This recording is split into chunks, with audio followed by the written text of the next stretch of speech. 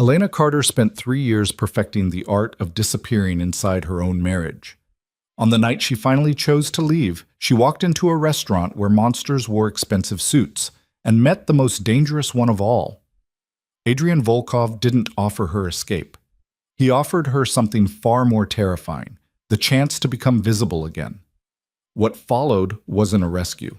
It was a reckoning, a secret pregnancy, a husband's ultimatum, and a choice that would drag her from Brooklyn's shadows into a world where protection meant blood and love meant war. If you're watching from your city right now, drop a comment below and tell me where this story is reaching you. Hit that like button, and let's see how far Elena's journey travels across the world. The penthouse smelled like money and loneliness. Elena Carter stood at the floor-to-ceiling windows overlooking Manhattan, her reflection ghosting against the city lights 23 stories below. The Cartier watch on her wrist, an anniversary gift from a husband who couldn't remember her coffee order, read 11:47 p.m.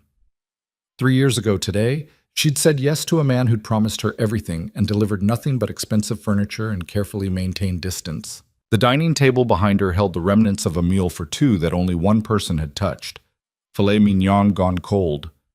Wine that had stopped breathing hours ago. A cake from that bakery in Soho with Happy Anniversary scripted across buttercream frosting that was starting to look sad and slightly desperate under the chandelier's clinical light. Her phone sat silent on the marble countertop. No text, no call, no explanation. Just like last year, and the year before that. Elena pressed her palm against the window, feeling the cold seep through the glass. From up here, the people below looked like ants, small, insignificant, easily crushed. She wondered if that's how Marcus saw her, if he saw her at all. Her other hand drifted to her stomach, flat beneath the midnight blue dress she'd bought specifically for tonight. The dress he wouldn't see. The secret he didn't know she was carrying, 6 weeks. That's how long she'd been walking around with this knowledge burning a hole through her chest. 6 weeks of morning sickness she hid in guest bathrooms. 6 weeks of researching prenatal vitamins on her phone during lunch breaks at the consulting firm where she analyzed market trends and pretended her personal life wasn't a disaster. 6 weeks of trying to find the right moment to tell her husband they were going to be parents. Except there was never a right moment with Marcus Carter. There were only interruptions, distractions, and the persistent feeling that she was constantly apologizing for existing in spaces he'd rather keep empty. The apartment fell silent around her. 5,200 square feet of designer minimalism that felt more like a showroom than a home. Everything carefully curated by Marcus's interior designer, a woman named Sienna, who'd looked at Elena exactly once during the entire consultation process and clearly found her unremarkable. The furniture was mid-century modern. The art was important. The whole place screamed successful and meant absolutely nothing. Elena had tried to add warmth, a throw blanket her mother had made, photographs in frames, a bookshelf with actual books instead of decorative objects. Marcus had tolerating her additions for approximately 3 weeks before suggesting, gently, always so gently, that maybe they detracted from the cohesive aesthetic. The blanket disappeared into a closet. The photographs found their way to her office at work. The books got relegated to the guest room nobody ever used. She stopped trying after that. Her phone buzzed. Elena's heart jumped before she could stop it. That pathetic spike of hope that maybe, this time, he'd remembered. That maybe he was calling to apologize, to explain, to acknowledge that 3 years of marriage meant something more than a date on a calendar he never checked. The screen lit up with a text from Vanessa, her only real friend at Sterling and Associates. Still waiting? Elena stared at the message. Vanessa had warned her, told her to make other plans for tonight, to stop setting herself up for disappointment. But Elena had convinced herself this anniversary would be different, that Marcus would remember, that the pattern would break. She typed back. He's working late. 3 dots appeared immediately. Disappeared, appeared again. Elena, come on. I know, Elena replied. I'm fine. You're not fine. Nobody waits alone on their anniversary and calls it fine. Elena set the phone down before Vanessa could press further. She wasn't ready for the conversation that would follow, the one where her friend would tell her what she already knew but couldn't quite bring herself to admit. That Marcus hadn't forgotten, that he simply didn't care, that somewhere along the way she'd become so small and quiet and accommodating that he'd stopped noticing when she was there at all. The pregnancy test was still in her purse. She'd taken it 3 days ago in the bathroom at work, hands shaking so hard she could barely hold the stick steady. 2 pink lines, clear as daylight. Undeniable. She'd driven to 4 different drugstores that afternoon, taking a test at each one. All positive. All screaming the same truth into the silence of public restroom stalls that smelled like industrial cleaner and other people's emergencies. A baby. Elena had always wanted children, had spent years imagining what kind of mother she'd be, what her kids would look like, whether they'd inherit her dark hair or have Marcus's sharp features. She'd pictured Sunday mornings and tiny shoes and all the messy, beautiful chaos that came with building a family. But that fantasy had required a partner who was present, who cared, who looked at her like she mattered. Marcus looked at her like she was a fixture, something that came with the apartment, maintained but not cherished, there when needed, invisible when not. And now she was supposed to bring a child into this? Raise a baby in this cold, perfect apartment with a father who worked 16-hour days and couldn't remember to come home for dinner? Who scheduled their intimacy like business meetings and treated affection like a quarterly review he was too busy to attend? Elena's chest tightened. The city blurred beyond the window as tears finally came, hot and furious and 3 years overdue. She grabbed her purse and walked out. No note, no explanation. Marcus wouldn't notice anyway. The streets of Manhattan absorbed her like they absorbed everyone, another anonymous figure moving through the late-night sprawl of a city that never stopped. Elena walked without direction, letting her feet carry her through neighborhoods that shifted from gleaming high-rises to shadowed side streets where the real New York lived. Her heels clicked against pavement. The October air bit through her dress, but she welcomed the cold. It felt real, grounding, unlike the climate-controlled perfection of the penthouse, where everything stayed exactly 72 degrees, regardless of season. She ended up in a part of the city she didn't recognize. The buildings here were older, brick and stone instead of glass and steel. The restaurants were the kind that didn't advertise, that you only found if you knew where to look. Small awnings, unmarked doors, the sort of places where deals got made and secrets got kept. Elena stopped in front of a heavy wooden door set into a building that looked like it had been standing since before she was born. No sign, no menu posted in the window, just a brass handle worn smooth by decades of hands and a warm glow seeping through the gap beneath the door. She should keep walking, go back to the apartment, wait for Marcus like a good wife. Instead, she pushed the door open and stepped inside. The restaurant was small, intimate, the kind of space that held maybe 15 tables, all of them occupied by people who looked like they belonged to a world Elena had only glimpsed in movies. Men in suits that cost more than her monthly salary. Women wearing jewelry that could fund a small country. The air thick with cigar smoke and expensive cologne, and the particular silence that came when everyone in a room was conducting business they didn't want recorded. Every head turned when she entered. Elena froze. Her dress, the one she'd thought looked elegant under the penthouse lights, suddenly felt cheap. Wrong. Her makeup, carefully applied hours ago, probably showed the tracks of her tears. Her hair, pinned up in what she'd hoped was sophisticated, was definitely falling apart. She didn't belong here. A man appeared at her elbow. Not a waiter. Something else. Security, maybe. Built like a wall and wearing a suit that barely contained him. Private event, he said. His voice was polite. His eyes were not. I'm sorry. Elena took a step back. I didn't know. I'll just let her stay. The voice came from the back of the room, deep, accented in a way Elena couldn't quite place. Russian, maybe, or Ukrainian, the kind of voice that didn't ask. It stated. The wall of a man stepped aside immediately. Elena's eyes tracked across the restaurant to find the speaker. He sat alone at a corner table separated from the others by shadow and distance, and something else. An invisible boundary that everyone else in the room seemed to respect. Even the smoke didn't drift his direction. He was younger than she expected, maybe mid-30s. Dark hair, dark eyes, features that looked carved rather than born. The kind of face that made you think of old paintings in museums, beautiful in a dangerous way. Untouchable.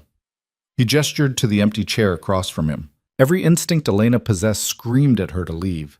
to apologize and back out of this place and forget she'd ever walked through that door.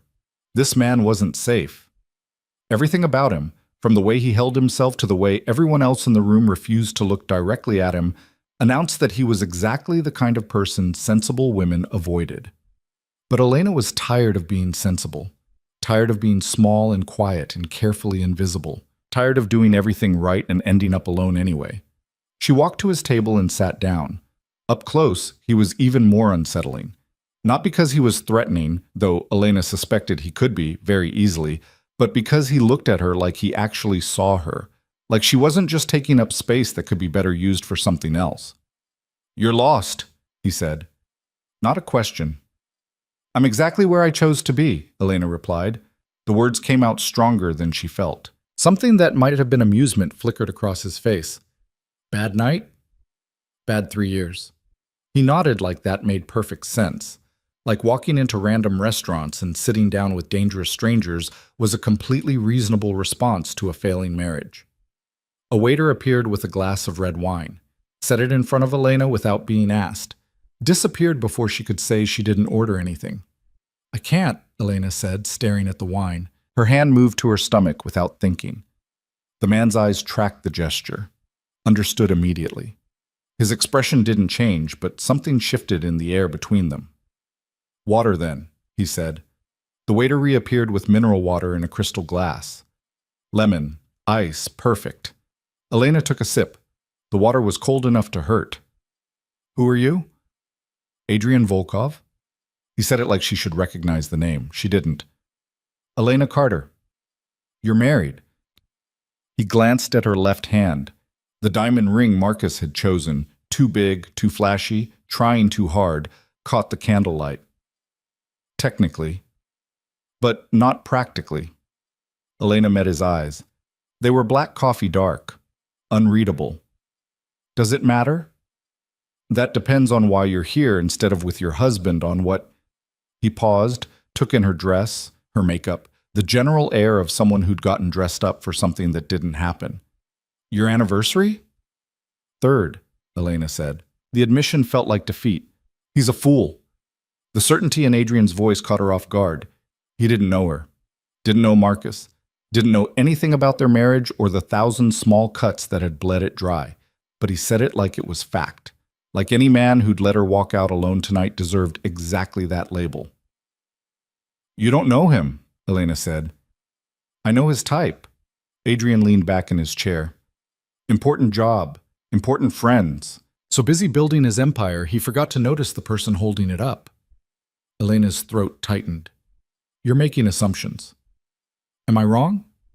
She looked away. The restaurant blurred. Not again. She was not going to cry in front of this stranger who saw too much and said things that cut too close to truths she'd been avoiding. "He's not a bad person," Elena said quietly. "He's just busy, distracted. It's not his fault that—" "Stop." Elena's head snapped up. Adrian was leaning forward now, elbows on the table, his full attention locked on her in a way that made it hard to breathe. "Don't do that," he said. "Don't make excuses for someone who can't be bothered to show up for you. You're carrying his child and spending your anniversary alone in a strange restaurant. That's not a scheduling conflict. That's a choice." "You don't understand."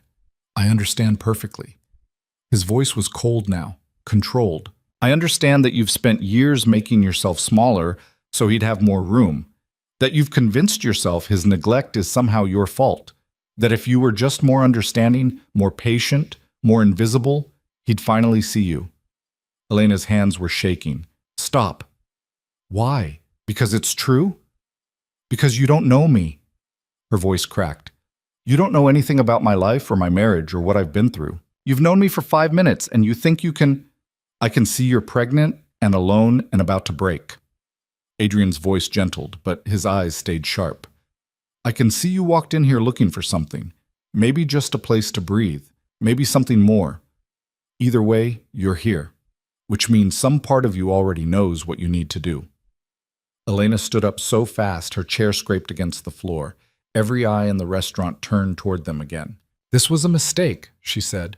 "I should go." Adrian didn't move. "Where? Back to an empty apartment? To a husband who won't notice you were gone?" That's not... Elena stopped. Because it was. It was exactly that.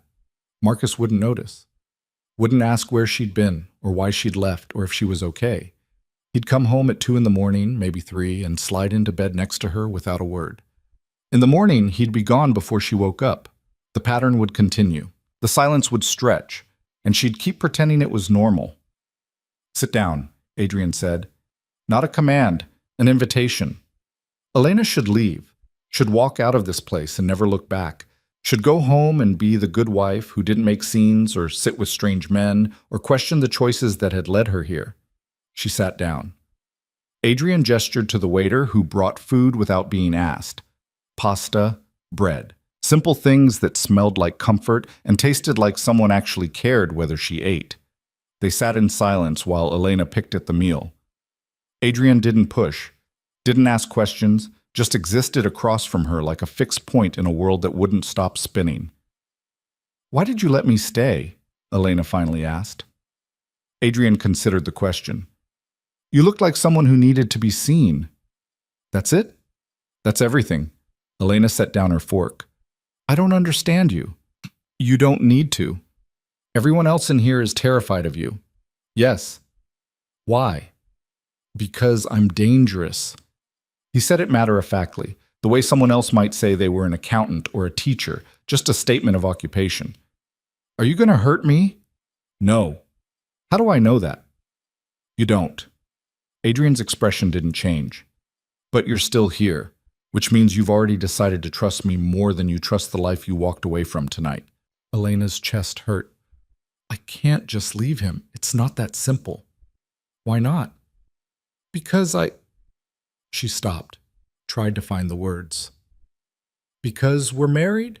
Because I made promises? Because starting over is terrifying and I don't know if I'm strong enough to..." "You walked into a room full of criminals and sat down with a man you'd never met," Adrian interrupted. "You're already stronger than you think." "That's different." "How?" Elena opened her mouth, closed it. She didn't have an answer. Her phone buzzed. She pulled it out. A text from Marcus, time-stamped 1:17 a.m. "Working late. Don't wait up." Elena stared at the message. 4 words, sent hours after she'd needed them, containing exactly 0 acknowledgement that today was supposed to matter. She showed Adrian the screen. He read it. His jaw tightened. "When are you going to tell him about the baby?" "I don't know." "What do you think he'll say?" Elena's hands twisted in her lap. "I think he'll ask if I'm sure. I think he'll say the timing is bad, that he's got a big project at work, and maybe we should wait. Maybe we should think about whether this is really what we want right now." "And what will you say?" "I'll say, of course, that I understand, that we can wait." Her voice broke. "And then I'll make an appointment I don't want to keep and erase the one thing in my life that's actually mine." The words hung in the air between them, true and terrible, and finally spoken out loud. Adrian was quiet for a long moment. When he spoke, his voice was careful. "Is that what you want?" "No." The answer came immediately, certain. "No. I want this baby. I want to be a mother. I want..." She stopped, swallowed hard. "I want a life where I matter to someone, where I'm not just background noise." "Then take it." "I can't just..." "Why not?" Adrian leaned forward again. "What exactly are you holding on to? A marriage that's already over? A man who can't even remember your anniversary? The fantasy that if you're patient enough, small enough, quiet enough, he'll suddenly become the person you need him to be?" Elena's eyes burned. "It's not that easy. It's exactly that easy. You stand up, you walk out, you choose yourself. And then what? I'm 26 years old, I work 60 hours a week at a job I hate. I have no family in the city, no support system." "No, you'll have protection," Adrian said simply. Elena froze. "What?" "You stay in this marriage, eventually your husband will find out about the baby. And based on what you've told me, he'll pressure you to get rid of it. Maybe gently, maybe not. But he'll push until you break or he gets his way." Adrian's voice was flat, factual. "You leave. You'll need somewhere safe to go while you figure out what comes next." "And you're offering that?" Elena couldn't keep the disbelief out of her voice. "Why? You don't know me. You don't owe me anything. Why would you possibly? Because I've seen what happens when women stay in situations that are slowly killing them. Something dark flickered across Adrian's face. Old pain, ancient rage. I've watched someone I cared about disappear piece by piece into a marriage that destroyed her. I won't watch it happen again. Elena's breath caught. Who was she? Someone who deserved better. Adrian's voice was final. Case closed. Just like you. I'm not your responsibility. No, but you could be under my protection. There's a difference. I don't understand what you're offering. Safety, resources, time to breathe and figure out what you actually want instead of what everyone else has decided you should accept. Adrian pulled a card from his pocket, set it on the table between them. Heavy cardstock, no company name, just a phone number embossed in silver. You call that number, someone will answer, always, day or night. You need to disappear. We make it happen. You need support. You get it. You need your husband to understand that you're not negotiable. We make that clear. Elena stared at the card. What's the cost? Smart question. Adrian almost smiled. No cost, no strings, no expectations beyond the fact that you use the protection to actually build something instead of just surviving. Nobody does something for nothing. I'm not nobody. He stood. Think about it. Keep the card. If you decide to go back to your husband and make it work, I hope it works out. But if you decide you're done being invisible, he gestured to the card. Call. Adrian walked toward the back of the restaurant, disappeared through a door Elena hadn't noticed before, gone as suddenly as he'd appeared. Elena sat alone at the table, the card burning a hole through the wood between her hands. Her phone buzzed again. Another text from Marcus. We'll be home late tomorrow too, big presentation. You understand. Not a question. A statement. An assumption that of course she'd understand, that she always understood. That understanding was her entire job. Elena picked up the card, slipped it into her purse next to the pregnancy test. Then she stood up and walked out into the night. The apartment was dark when she got back, empty, exactly as she'd left it. Elena kicked off her heels and walked through rooms that felt more like a museum than a home. Everything perfect, everything cold, everything chosen by someone else. She found herself in the guest room, the one where her books had ended up, the one Marcus never entered because it didn't fit his aesthetic. Elena pulled out her phone and pulled up her photos. Scrolled back through 3 years of marriage, looking for something. Proof that it hadn't always been like this, that there had been warmth once. Love. Something worth fighting for. The photos told a different story. Every picture was the same. Marcus looking at his phone, Marcus in the middle of a conversation with someone else. Marcus present in body but absent in every way that mattered. And beside him, Elena. Smiling, trying, getting smaller with every passing month until she was barely visible at all. She stopped on a photo from their honeymoon. Marcus was checking his email on the beach. Elena was alone in the frame, staring at the camera with an expression she barely recognized now. Hope. That's what it was. The belief that things would get better, that marriage would soften him, that love would be enough. 3 years later, she knew better. Elena set down her phone and pulled out the pregnancy test, stared at those 2 pink lines that represented everything she wanted and everything Marcus would ask her to give up. Her hand moved to her stomach, flat still, but not for long. I'm going to keep you, she whispered to the silence. I don't know how yet, but I'm going to keep you. The words felt like a promise, like a vow more sacred than the ones she'd made in a courthouse 3 years ago with a man who'd already been checking his watch. Elena went to bed alone. Again. She left the light on in the living room so Marcus could find his way when he eventually came home. Left a plate of food in the refrigerator he probably wouldn't eat. Maintained the careful routines of a marriage that existed only on paper. But in her purse, next to her keys and lipstick and the pregnancy test she couldn't quite throw away, sat a card with a phone number and the promise of a different kind of life. She fell asleep with her hand on her stomach and Adrian Volkov's words echoing in her head. You're already stronger than you think. Marcus came home at 3:47 a.m. Elena heard him moving through the apartment, heard the refrigerator open and close, heard him brush his teeth in the master bathroom, heard him slide into bed beside her like this was normal. Like leaving your wife alone on your anniversary was just another Tuesday. She kept her breathing even, pretended to sleep. Marcus settled into his side of the bed, the side farthest from her, the side that might as well be in a different apartment. Within minutes, he was snoring softly. Elena stared at the ceiling, felt the weight of the ring on her finger, the weight of 3 years of trying, the weight of the choice that was slowly crushing her. She waited until she was sure Marcus was deep asleep. Then she got up, walked to the bathroom, and locked the door behind her. Her reflection in the mirror looked like a stranger, pale, tired, wearing an expression she'd seen on other women and promised herself she'd never wear. The look of someone who'd lost themselves so gradually they didn't notice until there was almost nothing left to find. Elena gripped the edge of the sink, made herself look, really look. "What are you doing?" she whispered to the woman in the mirror. "What are you waiting for?" The woman didn't answer, just stared back with haunted eyes and 3 years of silence. Elena's hand shook as she pulled out her phone, pulled up Marcus's text from earlier. "We'll be home late tomorrow too. Tomorrow." And the day after that. And every day after, until she finally accepted that this was it. This was the marriage. This was her life. Small and quiet and carefully arranged to disturb nothing and no one. She opened a new message, started typing. "We need to talk." Her thumb hovered over send. This was it. The moment. Once she sent this, things would change. Maybe for better. Maybe for worse.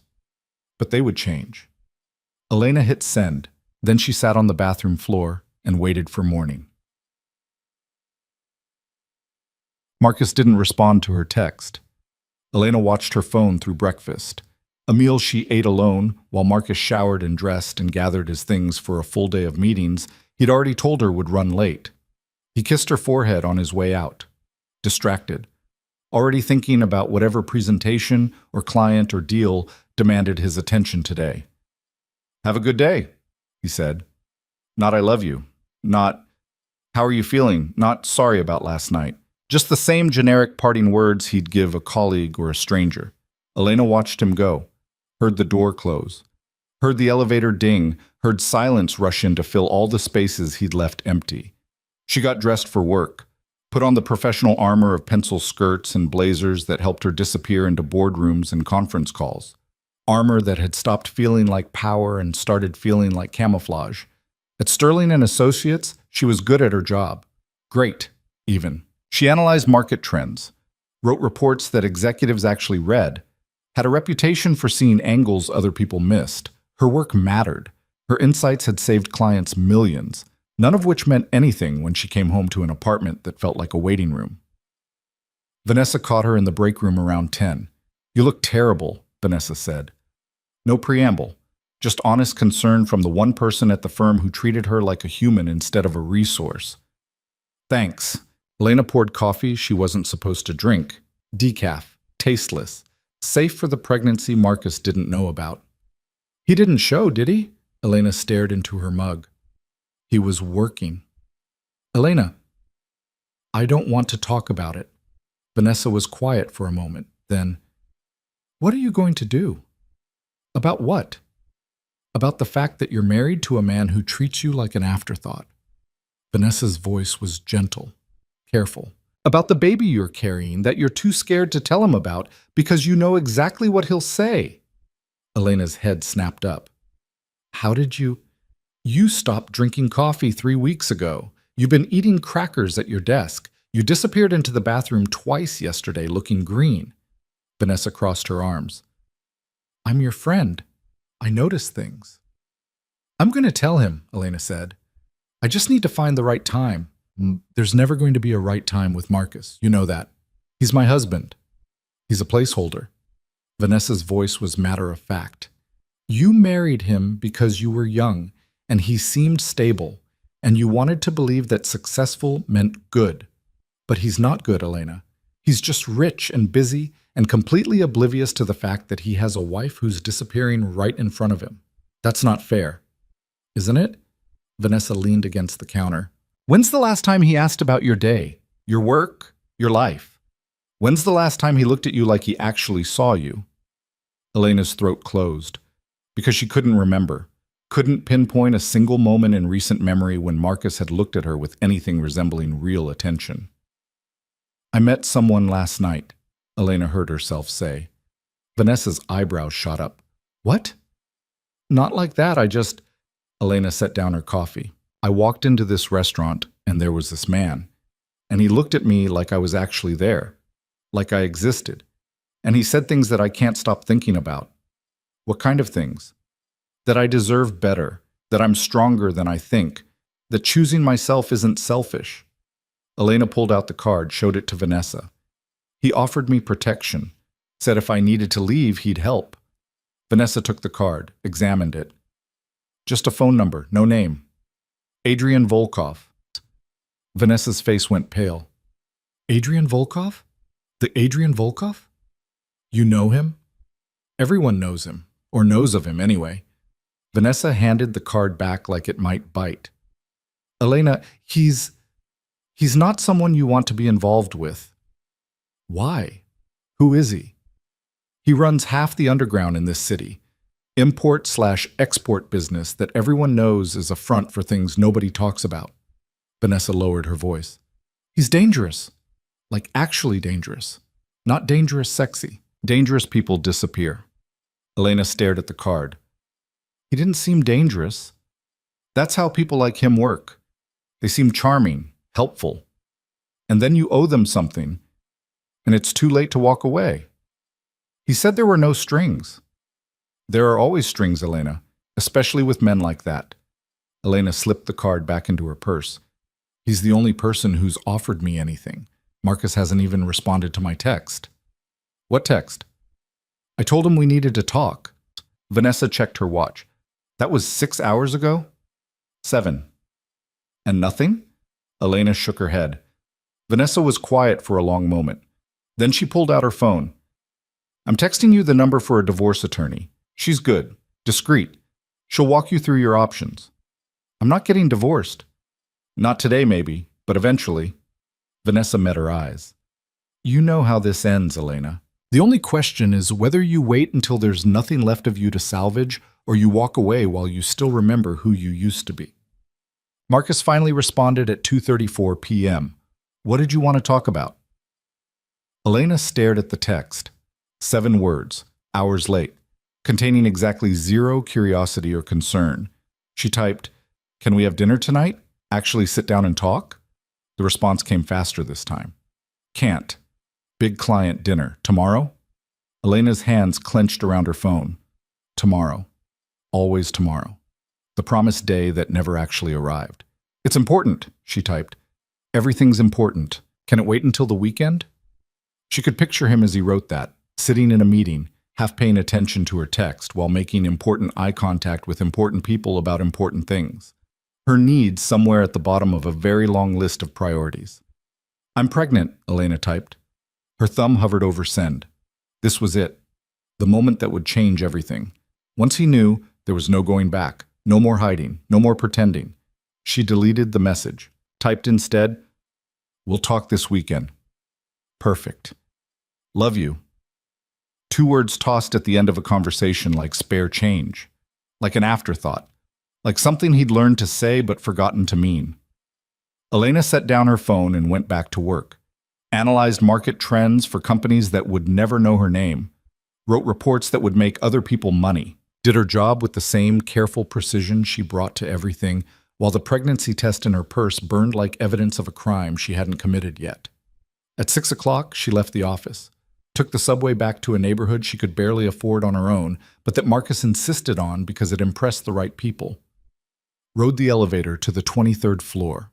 Let herself into an apartment that smelled like expensive nothing. Marcus's suit jacket was on the chair. He'd come home, changed, left again. Elena stood in the doorway and felt something break. Not loudly, not dramatically, just a quiet crack. The sound of the last thread holding her together finally giving way. She walked to the bedroom, opened her closet, started pulling out clothes. Her phone rang. Unknown number. Elena almost didn't answer, but something made her pick up. Elena Carter. The voice was professional, female, crisp. Yes? This is Doctor. Morrison's office calling about your appointment on Tuesday. We need to confirm. I didn't make an appointment, Elena said. A pause. I'm showing here that Marcus Carter called this morning to schedule a consultation for you regarding a pregnancy termination. The world tilted. I'm sorry, Elena said carefully. Could you repeat that? Your husband called to make an appointment for a termination procedure. We have you down for Tuesday at 2. We'll need you to... Elena hung up. Her hands were shaking. Her whole body was shaking. Marcus knew. Somehow he knew. And instead of talking to her, instead of asking what she wanted, he'd made an appointment to get rid of their baby like it was a problem to be solved, an inconvenience to be erased. She didn't remember pulling out the card, didn't remember dialing the number. But suddenly her phone was ringing and a voice was answering. Yes? This is Elena Carter, she said. Her voice sounded far away, like someone else was speaking. I need help. One moment. The line went quiet. Then Adrian's voice, clear and immediate. Elena, he made an appointment. The words tumbled out. My husband. He knows about the baby and he made an appointment to... Her voice broke. I never said yes. I never agreed to anything. He just decided and... Where are you? Home. I'm at home. I can't stay here. I can't... Address. Elena gave it. Pack a bag, Adrian said. Someone will be there in 20 minutes. Don't open the door for anyone else. I don't even know where I'm going. Somewhere safe, I promise. A pause. Elena, did he hurt you? No, not physically. He just... She couldn't finish.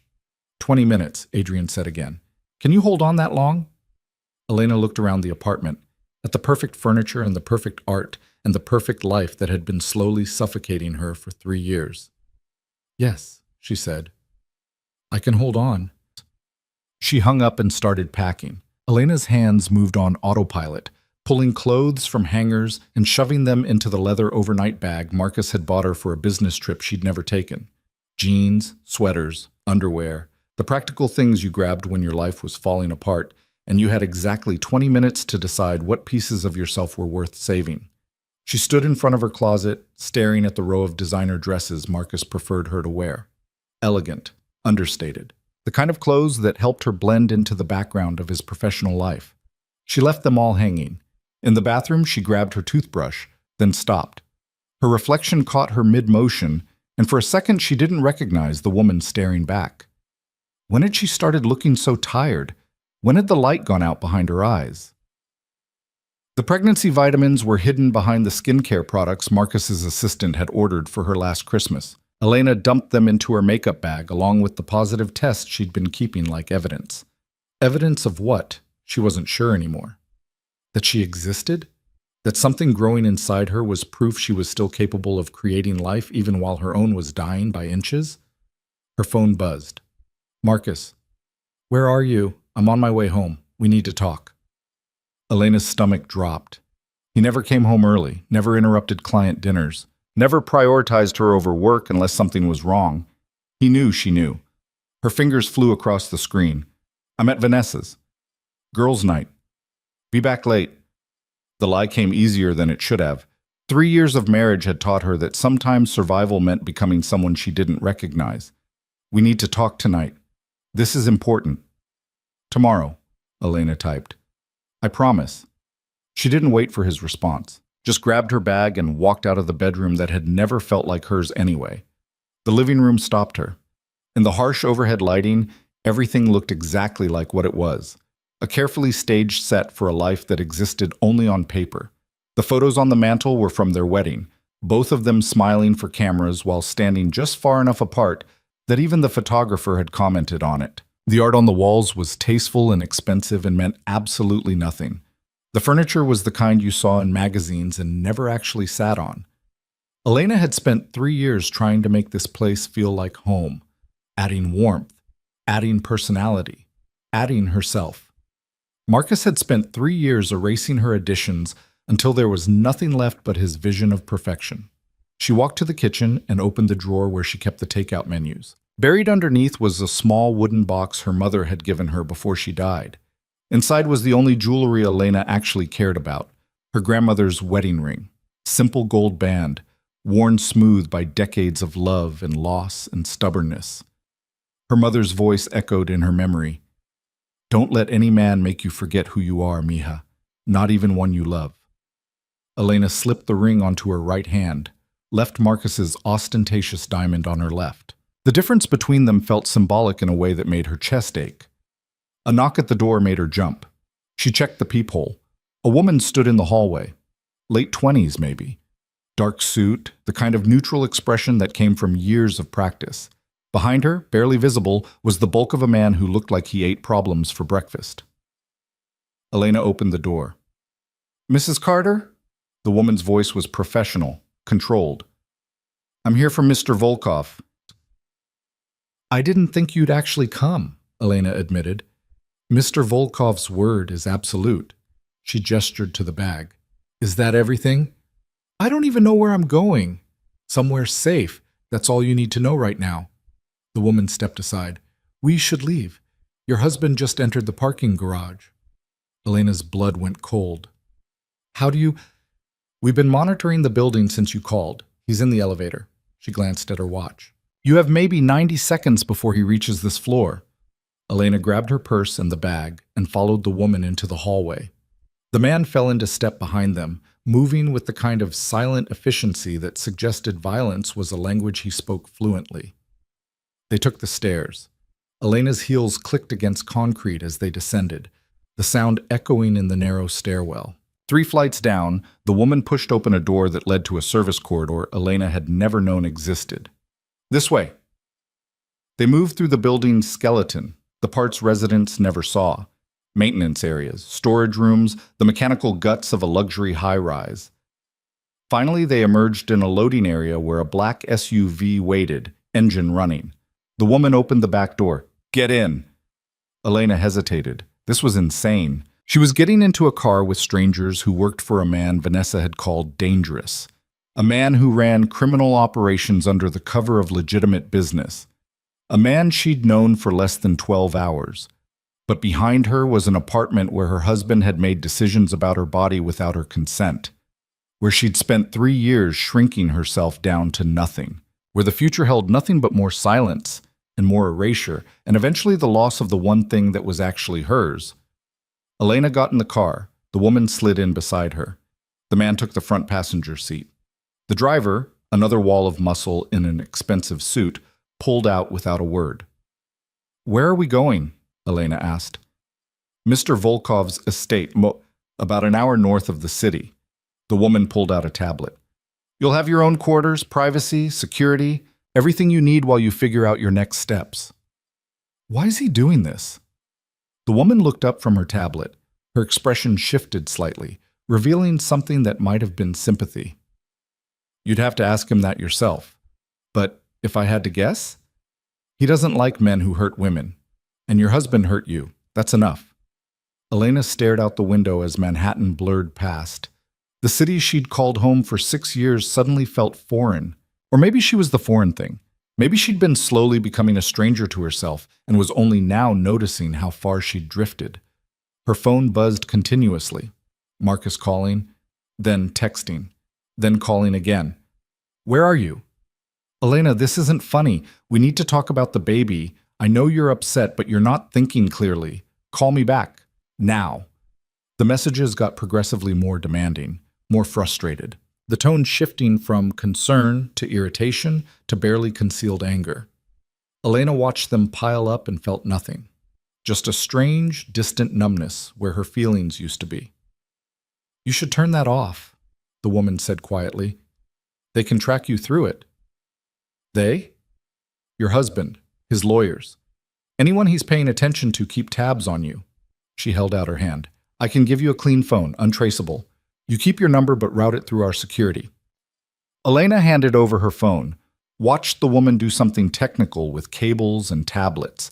Within minutes, she had a new device that looked identical to her old one, but felt like a lifeline to a different existence.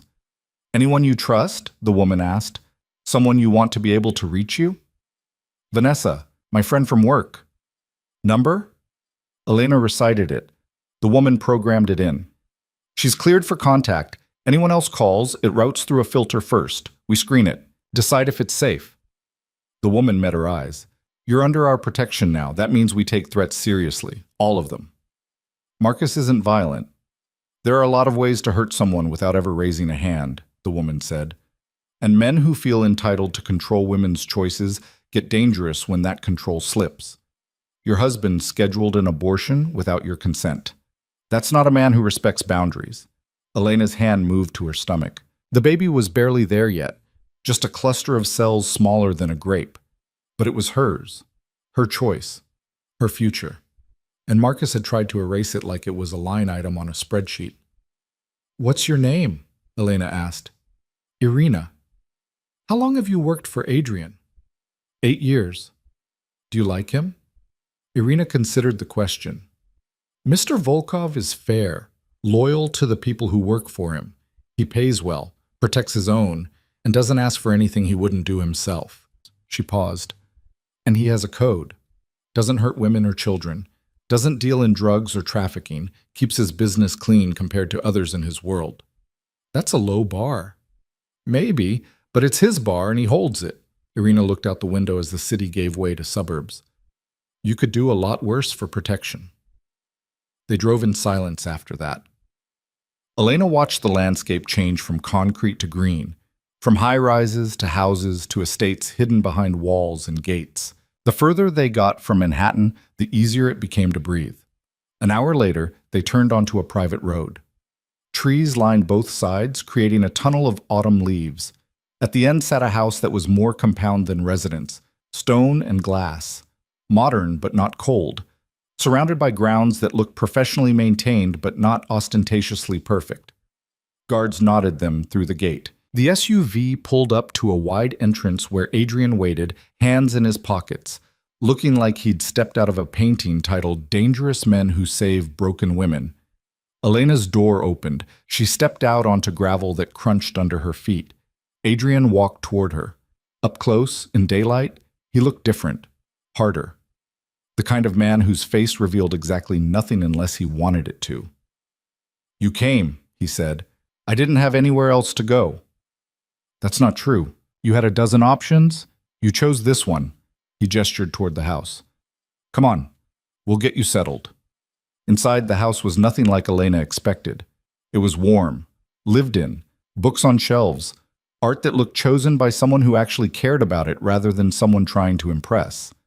A dog, some kind of massive German shepherd, bounded up to greet them. "That's Sasha," Adrian said.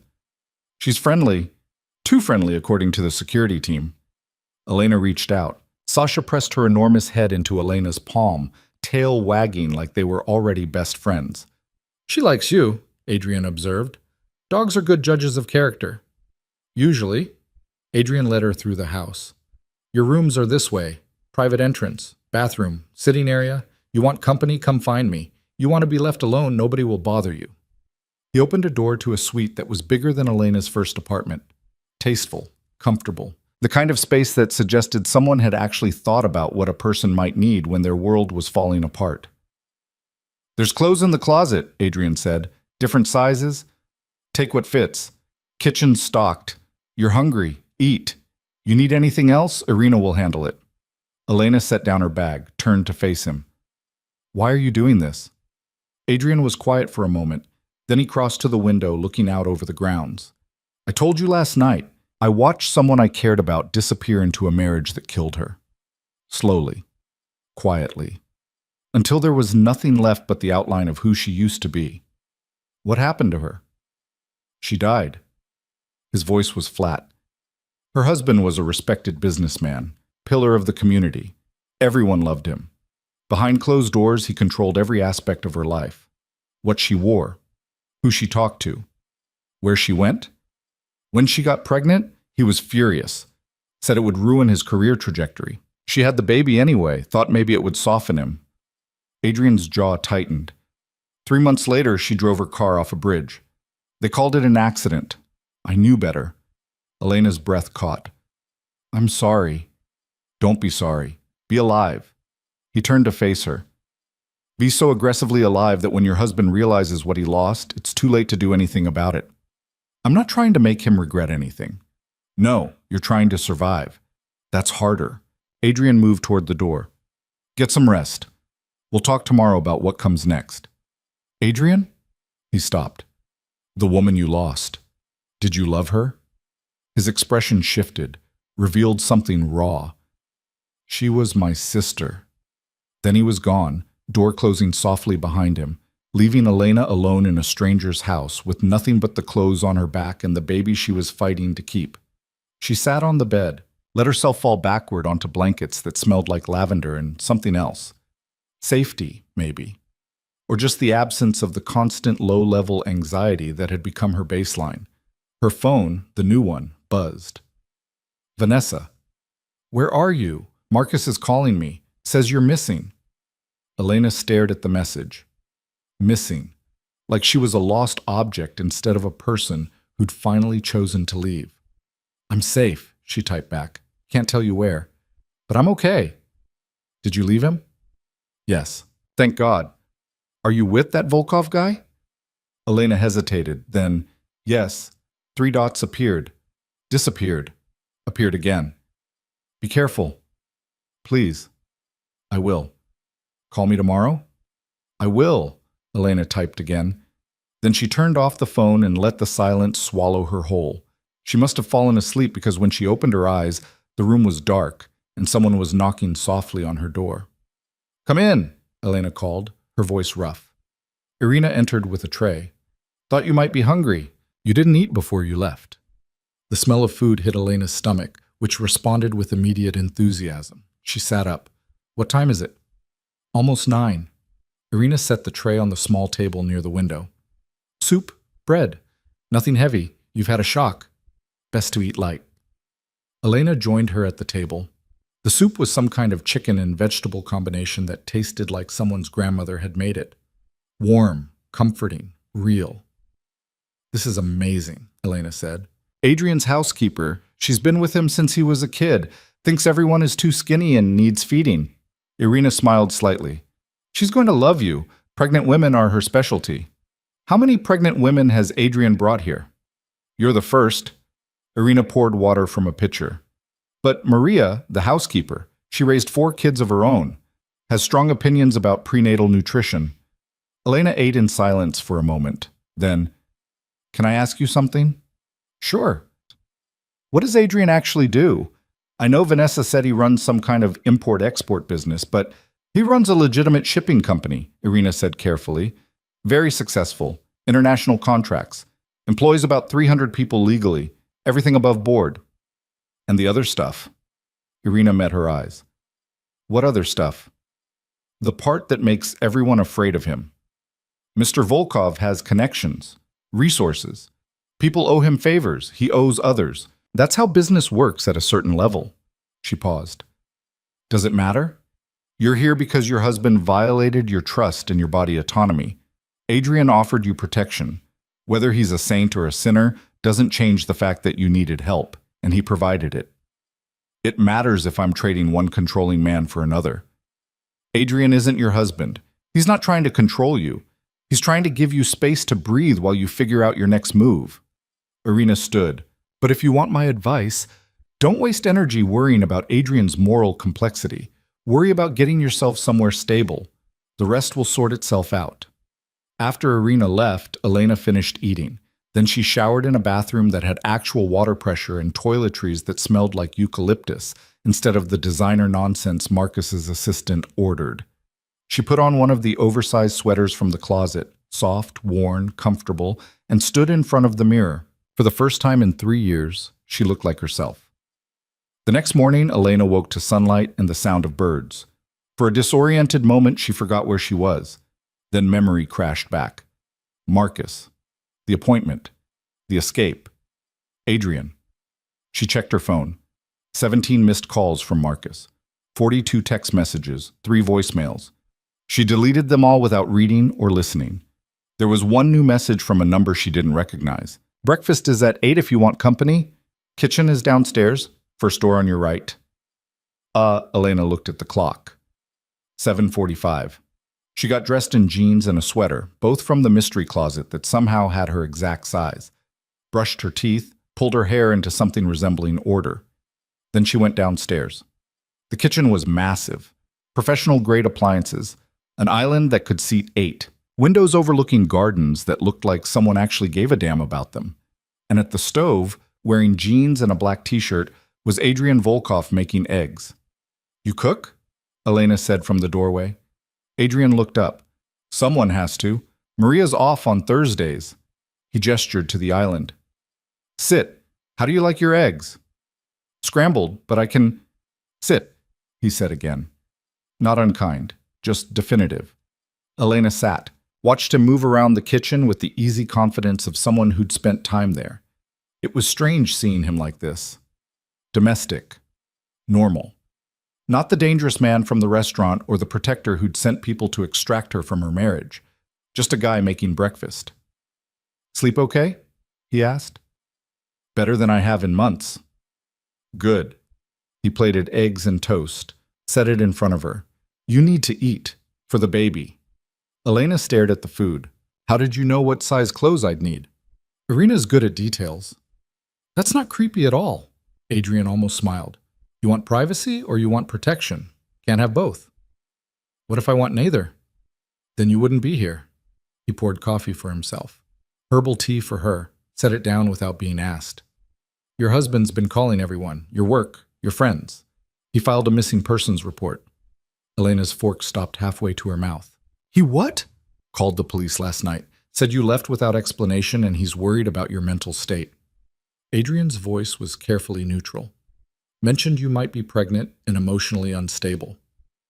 "That son of a—" "Police showed up at Vanessa's apartment at midnight. She covered for you, said you seemed fine, that you'd mentioned needing space, that she wasn't concerned." He sipped his coffee. "But Marcus is pushing. He's got lawyers involved, money involved. He's making noise." Elena set down her fork, appetite gone. "What do I do?" "Depends. What do you want?" "I want him to leave me alone. I want to keep my baby. I want—" Her voice cracked. "I want a life that's actually mine." "Then we make that happen." Adrian pulled out his phone, showed her a document. "Restraining order, pre-filed. We submit this. Marcus has to stay away from you. Can't call, can't text, can't show up at your work." "On what grounds?" "Emotional abuse, reproductive coercion, making medical decisions without your consent." Adrian scrolled through the document. "It's all there. Documented, dated, ready to file." Elena read through the pages. Every fight, every dismissal, every time Marcus had made her feel small or invisible or wrong for wanting basic acknowledgement. All of it written down in legal language that made it feel real instead of just her being too sensitive. "How did you—" "I have people who are very good at their jobs." Adrian set down his phone. "But this is your choice. You want to file it, we file. You want to try talking to him first, we arrange that. You want to disappear completely and start over somewhere new, we can make that happen too. This is your life, Elena. Not his, not mine, yours." Elena looked at the document, at the evidence of 3 years of slow suffocation laid out in 12-point font. "If I file this, he'll be furious." "Probably. He'll fight back. He has money, connections. He could do a lot of things," Adrian interrupted, "but he won't. Because I'll make it very clear that touching you means dealing with me. And Marcus might be successful and connected, but he's not stupid. He knows what I am. He'll back off. You can't just threaten him. Watch me." Adrian's voice went cold. "He scheduled an abortion without your consent. He tried to erase your child like it was an inconvenience. Men who do that don't get the benefit of polite conversation. They get a very clear message: stay away or suffer consequences." Elena's hands were shaking. "I don't want anyone hurt." "Nobody's getting hurt, just educated." He softened slightly. "Elena, I know this is scary, but you called me. You got in that car. You came here. Some part of you already knows what you need to do. I'm just giving you the tools to do it." She stared at the restraining order.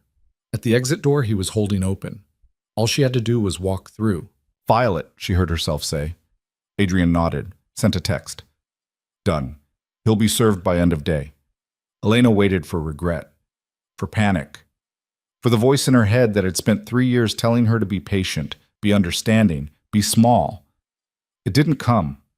Instead, she felt something that might have been relief, or maybe just the absence of pressure, like she'd been holding her breath for 3 years and finally remembered how to exhale. "What happens now?" she asked. "Now you rest, eat, take care of yourself." Adrian stood. "When you're ready, we figure out next steps. Job, housing, legal stuff. But that's future. Today you just exist. That's enough."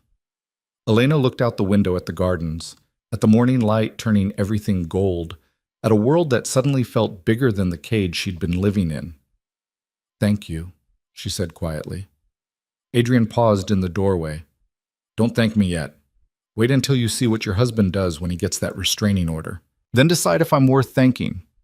He left her alone in the kitchen with half-eaten eggs and the first real choice she'd made in years sitting in her stomach like a stone. Her phone buzzed. "Vanessa." Police came back, asking more questions. "What should I tell them?" Elena typed, "Tell them the truth. I left my husband. I'm safe. I'm not coming back. They want to know where you are. Tell them you don't know." A pause, then, "Are you sure about this?" Elena looked around Adrian's kitchen, at the evidence of a life built on choices and consequences and refusing to apologize for taking up space. "Yes," she typed. "I'm sure." She turned off her phone and went back upstairs. Lay down on the bed that smelled like lavender and safety, put her hand on her stomach where her baby was growing cell by cell. "We're going to be okay," she whispered. "I promise. We're going to be okay." And for the first time in 3 years, Elena actually believed it. The restraining order hit Marcus at his office at 3:47 p.m. Elena knew because Irina told her, standing in the doorway of the sunroom where Elena had spent the afternoon pretending to read while actually just staring at the same page for 2 hours. "He's been served," Irina said. His assistant tried to refuse the papers. Process server was persistent. Elena set down the book she wasn't reading. "How do you know all this?" "We have eyes everywhere that matter." Irina crossed her arms. He called his lawyer immediately. "They're in emergency session now. Expect him to violate the order within 24 hours. "You think he'll come here?" "No. He doesn't know where here is, but he'll find other ways to make contact." Irina's expression was unreadable. Men like your husband don't accept being told no, especially not by women they think they own. I was his wife, not his property. Try telling him that. Elena stood and walked to the window. The garden stretched out below, meticulously maintained, peaceful in a way that felt almost aggressive. Like Adrian had decided chaos wasn't allowed on his property, and nature had simply agreed. "What do I do now?" Elena asked. "Now? You exist. You eat. You take the prenatal vitamins Maria's been leaving on your nightstand." Irina moved closer. "You stop acting like you're waiting for permission to take up space. I don't. You do. You apologize every time you walk into a room. You ask if it's okay to eat food from the kitchen. Yesterday you thanked me 3 times for doing laundry. That's literally my job." Irina's voice wasn't unkind, just factual. "Whatever your husband did to you, it made you think existing was an imposition. It's not. You're allowed to be here. You're allowed to need things. Get used to it." She left before Elena could formulate a response. The rest of the afternoon crept by with the particular slowness that came from having nothing to do but think. Elena tried reading again, gave up, tried watching television, found nothing that could hold her attention, ended up in the kitchen where Maria, a woman in her 60s with kind eyes and hands that looked like they'd seen decades of hard work, was preparing dinner. "You need something?" Maria asked in accented English. "I was just—" Elena stopped, took a breath. "Can I help?" Maria looked her over. "You know how to cook?" "A little. My mom taught me some things before she died." "Okay, you chop vegetables." Maria pointed to a cutting board and a pile of produce. "Small pieces, for soup." Elena washed her hands and started chopping. The rhythm was soothing, mindless, the kind of task that let her brain quiet down for the first time in days. "How long you been here?" Maria asked, working on something that involved a lot of butter and garlic. 2 days. "You running from someone bad?" Elena's knife paused mid-cut. "How did you—" "I worked for Mr. Adrian 8 years. I see what kind of people he helps. Maria glanced over. Always people running from something, usually people nobody else would help. Why does he do it? You ask him that? He told me about his sister. Maria's expression shifted. Grief flickered across her features. Katya, beautiful girl, so smart, so kind. She married the wrong man. We all see it. But she love him. Thinks she can fix him. Maria shook her head. Nobody can fix a man who don't want fixing. What happened? What always happens. He control her, make her small. When she get pregnant, he furious. Say baby ruin everything. She have the baby anyway. Little girl, 3 months old when Katya drive off that bridge. Elena's hands stilled. Adrian said it wasn't an accident. It wasn't. Please say yes, accident, ice on road. But Katya grow up here. She know how to drive in ice. She know that road. Maria's voice went hard. Her husband kill her. Maybe not with his hands, but he kill her sure as if he push her off himself. What happened to the baby? She with family now, safe, away from that man. Maria pointed at the vegetables. Keep cutting. Soup don't make itself. They worked in silence for a while. Then Maria said, Mr. Adrian, he don't forget. Every woman he help, he see his sister. He can't save Katya, but he save who he can. That's a lot of guilt to carry, Elena said quietly. Is not guilt, is purpose. Maria tasted the sauce she was making, added salt. Everybody need purpose. His just happened to be making sure women like you don't end up like women like Katya. Elena thought about that while she finished chopping, about Adrian carrying his sister's death like a weight he refused to put down, about how that grief had turned into something active instead of just destructive, about what it meant to build a life around making sure history didn't repeat. Dinner was quiet. Just Elena, Adrian, and Irina at a table that could seat 12. The food was incredible.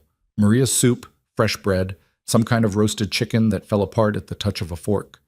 Elena ate more than she had in weeks, her appetite finally returning now that she wasn't living in a constant state of low-level anxiety. You look better, Adrian observed. I feel better, which is weird considering I just blew up my entire life. Your life was already blown up. You just finally noticed. He poured wine for himself and Irina. Water for Elena. Your husband tried calling here.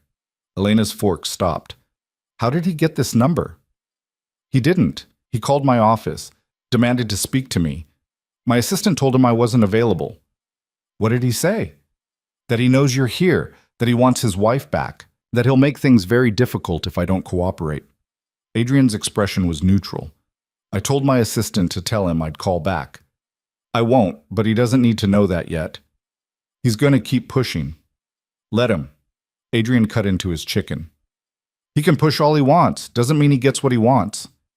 You don't know Marcus. He's successful, connected, used to getting his way. Adrian looked up. I know exactly what he is. I've dealt with 100 men just like him. They're all the same, big in their little worlds, convinced their money and their connections make them untouchable.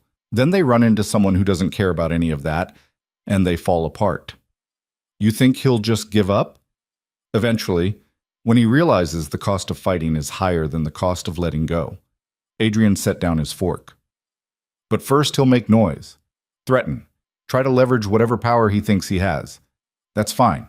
Let him waste his energy. Meanwhile, you focus on building something new. I don't even know where to start. Start by deciding what you actually want. Not what your husband wanted for you, not what you think you're supposed to want. What you want. He leaned back. You want to go back to your job? We can arrange security. You want a different job? I have connections. You want to disappear completely and start over somewhere new? That's an option too. But you need to figure out what your life looks like without him in it. Elena stared at her plate. I want to keep my baby. That's the only thing I'm sure about. Okay, that's a start. Adrian glanced at Irina. Set up an appointment with Dr. Chen, full prenatal workup. Make sure everything's progressing normally. Already done, Irina said. Monday morning, 10 a.m. I can't afford... You're under my protection, Adrian interrupted. That includes medical care. Don't argue about it. Elena wanted to argue anyway, but the truth was she couldn't afford a doctor. Not without insurance from the job she'd stopped going to. Not without access to the bank account Marcus controlled. She was completely dependent on Adrian's generosity, and that fact sat in her stomach like lead. I need to work, she said. I can't just live here indefinitely. That's not... I need to be able to take care of myself. You will. When you're ready. Adrian stood, collecting plates. Right now, you're 8 weeks pregnant, emotionally exhausted, and running on fumes. Give yourself time to breathe before you start building the rest of your life. He carried dishes to the kitchen. Irina followed. Elena sat alone at the table, feeling like a charity case and hating it. Her phone buzzed. She turned it back on after dinner, a decision she was already regretting. Unknown number. I know where you are. Elena's blood went cold. She showed the text to Adrian when he returned. He read it, handed back the phone. He's bluffing, trying to scare you into making contact. How can you be sure? Because if he actually knew where you were, he'd already be here. Or he'd have sent police, or lawyers. He wouldn't waste time sending cryptic texts. Adrian took the phone, did something to the settings. There. Blocked. He wants to talk to you. He can do it through lawyers. What if he's not bluffing? Then we deal with it. Adrian's voice was calm, certain. Elena, I've been doing this a long time. I know how men like your husband operate. They rely on fear and intimidation because actual power requires effort. They're not willing to invest. Marcus is used to people folding when he applies pressure. You're not folding. It's making him desperate. Desperate men make mistakes. I don't want anyone hurt because of me. Nobody's getting hurt, I promise. He handed back her phone. Go get some rest. Tomorrow we start figuring out your next steps. Elena went upstairs, but she didn't sleep. Just lay in bed staring at the ceiling, running through scenarios. Marcus showing up with police.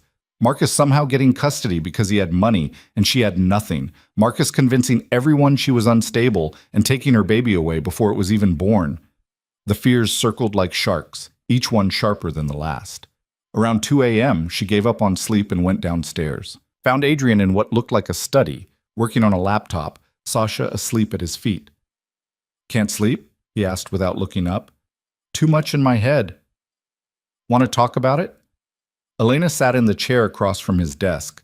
Sasha's tail thumped twice, but the dog didn't move. How do you do this? Do what? Help people without expecting anything back. Everyone always wants something. Adrian closed his laptop. I expect you to use this opportunity, to build something, to not waste the protection I'm offering by going back to a situation that was killing you. He paused. Is that asking too much? No, but it feels like I owe you something I can't repay.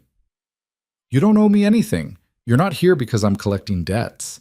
You're here because nobody else was offering, and I had the resources to help. He stood, moved to a cabinet, poured himself a drink, offered her one. She shook her head. My sister didn't have anyone. Nobody helped her. Nobody saw what was happening until it was too late. I can't fix that, but I can make sure other women don't end up the same way. That's not charity. That's penance. For what? For not seeing it sooner. For not being there when she needed me. His voice was rough. For believing her when she said everything was fine because it was easier than dealing with the truth. Elena watched him drink, saw the guilt he carried written in the tension of his shoulders. It wasn't your fault. It doesn't matter. Still feels like it was. He set down the glass. Go back to bed. Try to rest. Tomorrow's going to be long. Why? Because Marcus filed an emergency custody petition. His lawyers are claiming you're mentally unstable and unfit. Hearings at 9 a.m. Elena's world tilted. He can't. There's no baby yet. There's nothing to... He's trying to establish grounds for taking the baby once it's born. Preemptive custody based on your alleged mental health issues and abandonment of the marriage. Adrian's voice was clinical, detached. It won't work. We have our own lawyers. Better ones. But you need to be prepared for him to fight dirty. I can't lose this baby. Elena's voice cracked. I can't. That's the only thing I have, the only thing that's actually mine. You're not going to lose it, I promise. Adrian moved around the desk, sat on the edge in front of her. But you need to be strong tomorrow. You need to walk into that courtroom and show the judge exactly how not unstable you are. Can you do that? Elena wiped her eyes. nodded. Yes. Good. Irina will take you shopping tomorrow morning, get you something appropriate to wear, professional, but not trying too hard. We want sympathetic, not desperate. I don't have money for Elena. Adrian's voice was firm. Stop. You're under my protection. That means I handle things. Let me handle things. She wanted to argue, to maintain some shred of independence. But the truth was she had nothing. No money, no resources. No way to fight Marcus except through Adrian's generosity. Okay, she said quietly. Get some sleep. Real sleep this time. Doctor's orders. You're not a doctor. No, but I've got one on speed dial and she'd say the same thing. He helped her up. Go. Rest. Tomorrow we win the first battle. Elena went back to her room. This time exhaustion won over anxiety. She slept hard and dreamless, her hand on her stomach, protecting the life growing there with the only certainty she had left. Morning came too fast. Irina woke her at 7 with coffee, decaf, she noted, and a breakfast tray. Eat fast. We leave in 30 minutes, Irina said. Where are we going? Shopping, then the courthouse. Irina laid out clothes on the bed. These are temporary. We'll get you something better. The temporary clothes were nicer than half of Elena's wardrobe back at the penthouse. She dressed quickly, ate what she could stomach, and followed Irina out to the SUV. They drove to a boutique in a town Elena didn't recognize, the kind of place where they knew Irina by name and didn't ask questions when she said they needed court-appropriate clothing immediately. Elena tried on a dozen outfits while Irina evaluated each one with the critical eye of someone who understood that appearance was armor. That one, Irina finally said, pointing to a navy dress. Simple. Conservative. The kind of thing that said responsible adult, not unstable flight risk. Shoes to match, minimal jewelry. Hair down, not up. We want approachable, not corporate. You've done this before, Elena observed. More times than you'd think. Irina paid without looking at the total. Let's go. We're due at the courthouse in 40 minutes. The courthouse was exactly what Elena expected. Cold, institutional, smelling like floor wax and other people's misery. Their lawyer met them outside, a woman in her 50s named Patricia Brennan who had the kind of face that suggested she'd seen everything and been impressed by none of it. You must be Elena, Patricia said, shaking her hand. Don't look so terrified. We're going to win this. How can you be sure? Because your husband's petition is garbage. No medical evidence, no witnesses to instability, just his word that you left suddenly and must therefore be incompetent. Patricia guided them toward the courtroom. Judge Martinson is hearing the case. She's sharp, fair, doesn't tolerate nonsense. Marcus's lawyer is going to try emotional appeals. We're going to stick to facts. They entered the courtroom. Marcus was already there with his legal team, 3 men in expensive suits who looked like they billed by the breath. He saw Elena and his expression shifted. Surprise. Then anger. Then something that might have been hurt but was probably just wounded pride. Elena sat down, kept her back straight, refused to look at him. The judge entered. Everyone stood, then sat. Then the lawyer started talking and Elena tried to follow, but all she could hear was her own heartbeat and the occasional phrase that cut through the noise. Mentally unstable. Abandoned the marriage without warning. Concerned for the welfare of the unborn child. History of emotional fragility. Each phrase felt like a knife, twisting facts into weapons. Taking the worst moments of her marriage and using them as evidence that she was unfit. The time she'd cried during a fight. The time she'd stayed in bed all weekend after a miscarriage, Marcus had barely acknowledged. The time she'd told him she felt invisible and he'd suggested therapy like it was her problem, not theirs. All of it presented as proof she was unstable instead of proof she'd been slowly breaking under the weight of his neglect. Then Patricia stood up. Your Honor, if I may. Her voice was crisp, professional. Mr. Carter's petition relies entirely on speculation and deliberate mischaracterization of normal emotional responses to a failing marriage. Mrs. Carter did not abandon anything. She left a situation where her husband scheduled a medical procedure without her consent. That's not instability. That's self-preservation. Marcus's lawyer objected. The judge overruled. Patricia continued. Furthermore, Mrs. Carter is currently under medical care, prenatal vitamins, regular checkups scheduled. She's employed, stable, and living in a safe environment. The only instability in this situation is Mr. Carter's attempt to control his wife's reproductive choices through legal intimidation. More objections, more overruling. The judge looked at Elena. Mrs. Carter, would you like to speak? Elena stood. Her legs felt like water, but she stood. I left my husband because he scheduled an abortion without telling me. I didn't know about it until the clinic called to confirm. I'm 8 weeks pregnant and I want this baby. That's not unstable. That's just... Her voice cracked. That's just wanting to be a mother. The courtroom was silent. Marcus stood. Your Honor, if I could just explain... Sit down, Mr. Carter, Judge Martinson said. Her voice was cold. I've heard enough. This petition is denied. Mrs. Carter is under no legal obligation to return to the marital home or submit to any medical procedures she doesn't consent to. Custody can be revisited after the child is born, but I'm warning you now, this kind of overreach doesn't look good in family court. The gavel came down. Elena's knees almost gave out. Patricia caught her elbow. Breathe, we won. Marcus was standing now, arguing with his lawyers in harsh whispers.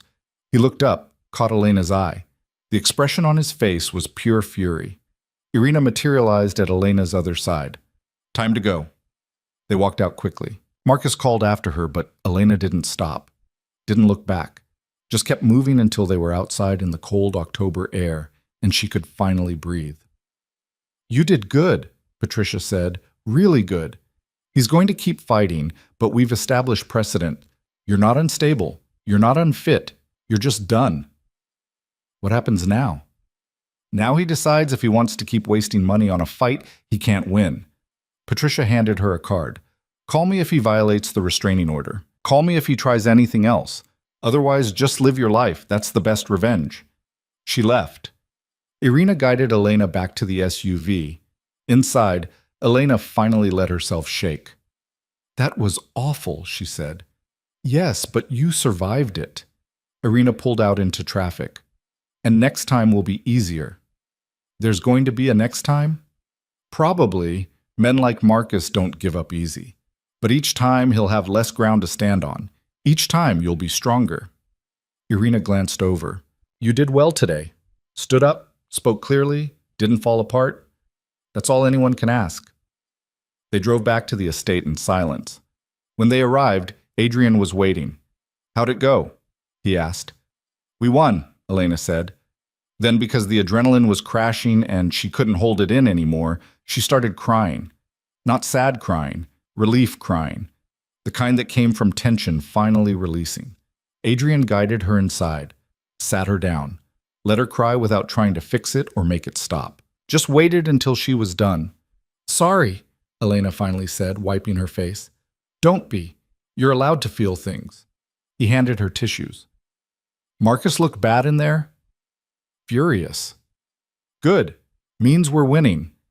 Adrian leaned back. He's going to escalate.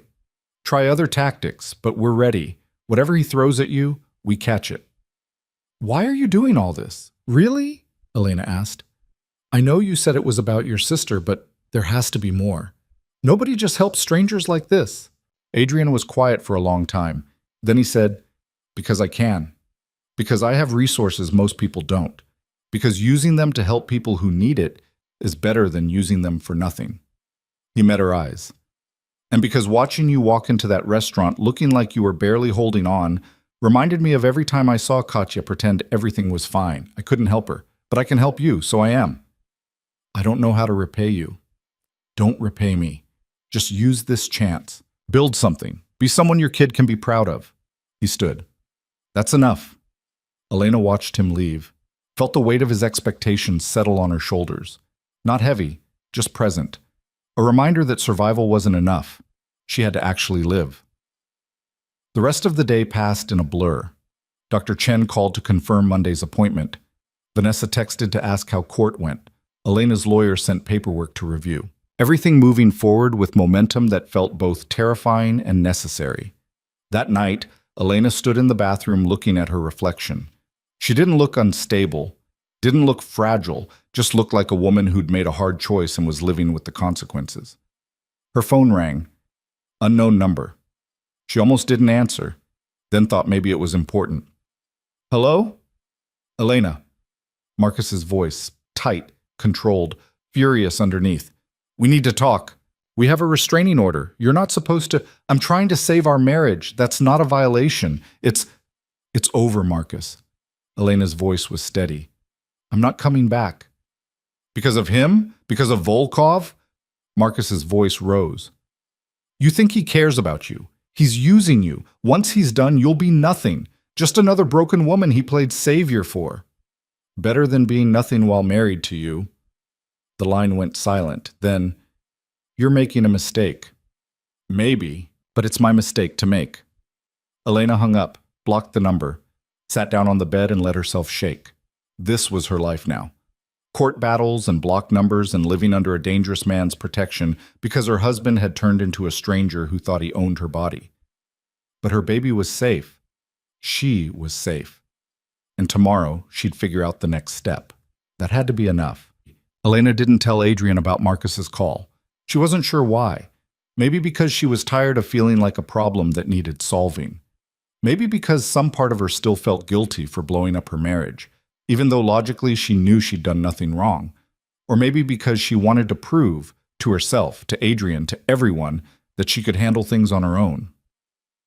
That decision came back to haunt her 3 days later. She was in the garden with Maria, learning how to plant bulbs for spring. The older woman had declared that Elena needed fresh air and purpose, in that order, and had handed her a trowel and a bucket of tulip bulbs like it was medicine. You dig like this, Maria demonstrated. Not too deep. Bulb knows which way is up. You just give it space to grow. Elena copied the motion. Her hands were already dirty, nails caked with soil. It felt good. Real. Like she was actually doing something instead of just existing in Adrian's house like a guest who'd overstayed her welcome. How long before they bloom? Elena asked. Spring, March, maybe April. You be here to see them? Elena paused, trowel halfway into the earth. I don't know. I can't stay here forever. Why not? Because it's not my house.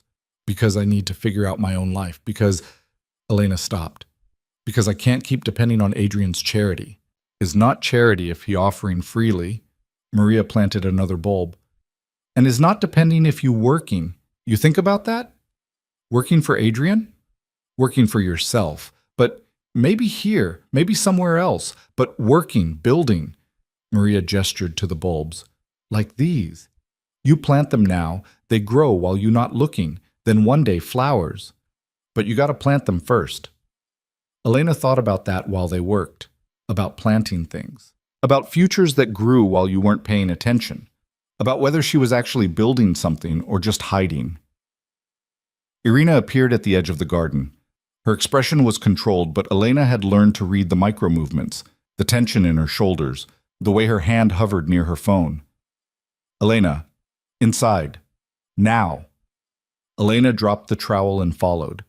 Maria didn't ask questions, just kept planting like nothing had interrupted the afternoon. Inside, Adrian was in his study with two men Elena had never seen before.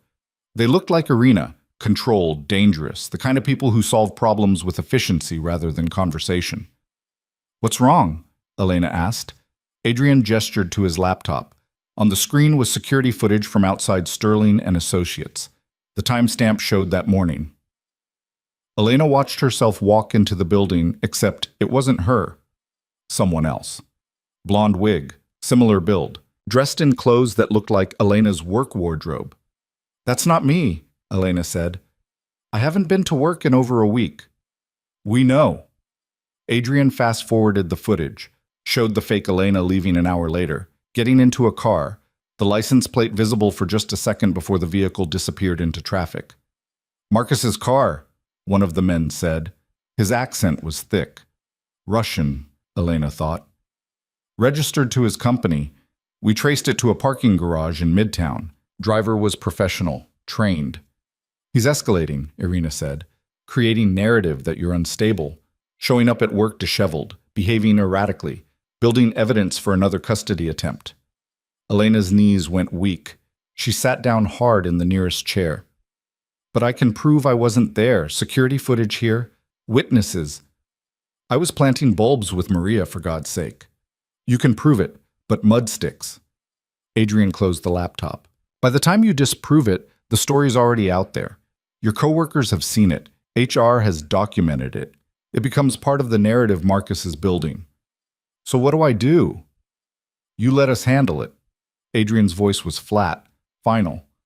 Marcus wants to play dirty? Fine. We play dirty better. What does that mean? It means we stop being reactive and start being proactive. He looked at the two men. Find out who he hired. Find out what else he's planning. And make it very clear that if he continues down this path, there will be consequences he won't like. The men nodded and left without a word. Elena's hands were shaking. You're not going to hurt him. No, but I'm going to make sure he understands that hurting you has a cost. Adrian poured her water from a pitcher on his desk. Elena, you need to understand something. Marcus isn't going to stop, not until he either gets what he wants or realizes the price is too high. Right now he thinks he can outlast us. We need to convince him otherwise. How? By showing him exactly what he's been doing, who he's been working with, where his money actually comes from. Adrian's smile was cold. Your husband's business isn't as clean as he thinks it is. We dig deep enough, we'll find things he doesn't want anyone knowing. Use that as leverage. That's blackmail. That's survival. Your choice is let him destroy you piece by piece with legal manipulation and character assassination, or we fight back with information that makes him reconsider his strategy. Adrian leaned forward. I'm not asking you to become someone you're not. I'm asking you to let me do what I'm good at so you can focus on what matters, staying safe and healthy. Elena stared into her water glass. When does this end? When do I get to just live my life without constantly looking over my shoulder? When Marcus accepts that you're not coming back, when he moves on, when the cost of fighting exceeds the benefit. Adrian's voice gentled slightly. I know this isn't what you wanted, but this is where you are. We can either handle it or let him win. Your call? Elena thought about the fake version of herself walking into her office building, about Marcus orchestrating it, about how far he was willing to go to maintain control over a woman he'd barely noticed when they were actually married. Handle it, she said quietly. Do what you need to do. Adrian nodded, pulled out his phone and made a call in rapid Russian. Elena didn't understand the words, but she understood the tone. Business, cold, efficient. When he hung up, he said, Go rest. This is handled now. You don't need to worry about it.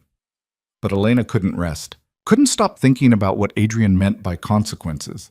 Couldn't shake the feeling that she was slowly being pulled deeper into a world she didn't understand.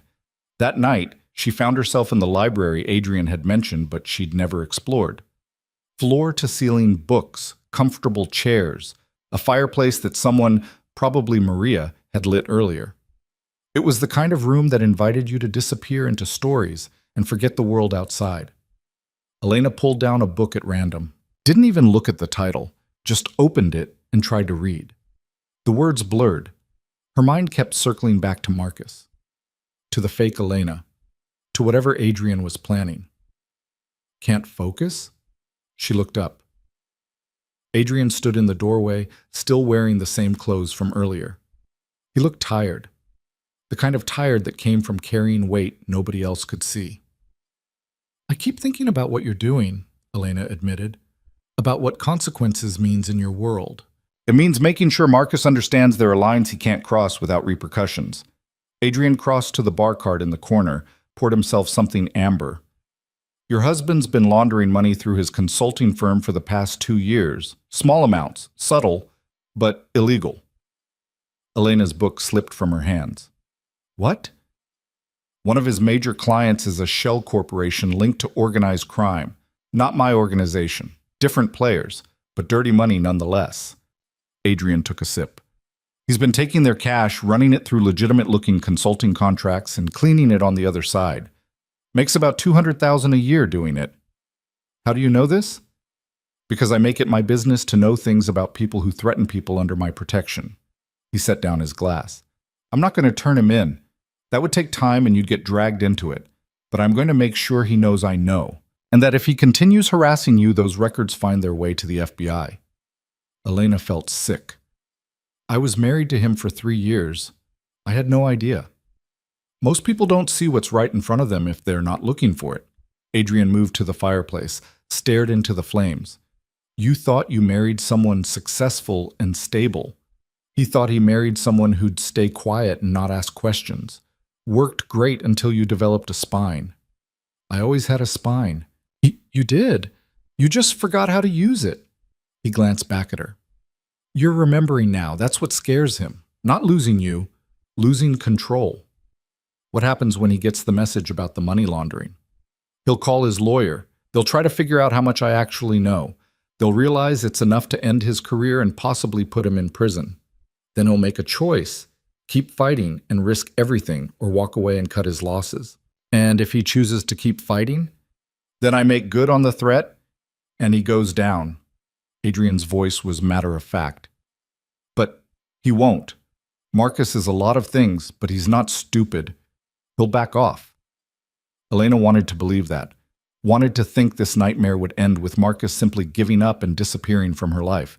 But she knew him better than Adrian did, knew his pride, his need to win, his absolute inability to accept being told no.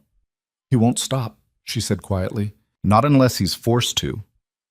Then we force him. Adrian turned to face her fully. Elena, I need you to trust me. I've been doing this a long time. I know how to make men like your husband back down, but I need you to stop second-guessing every move. Can you do that? Elena met his eyes, saw something there she hadn't noticed before. Not just determination, something more personal. Like he needed this to work not just for her sake, but for his own. Okay, she said. I trust you. He nodded, started to leave, stopped. For what it's worth, you're stronger than my sister was. She stayed until it killed her. You left while you still could. That takes courage most people don't have. Then he was gone, leaving Elena alone with the fire and the weight of his words.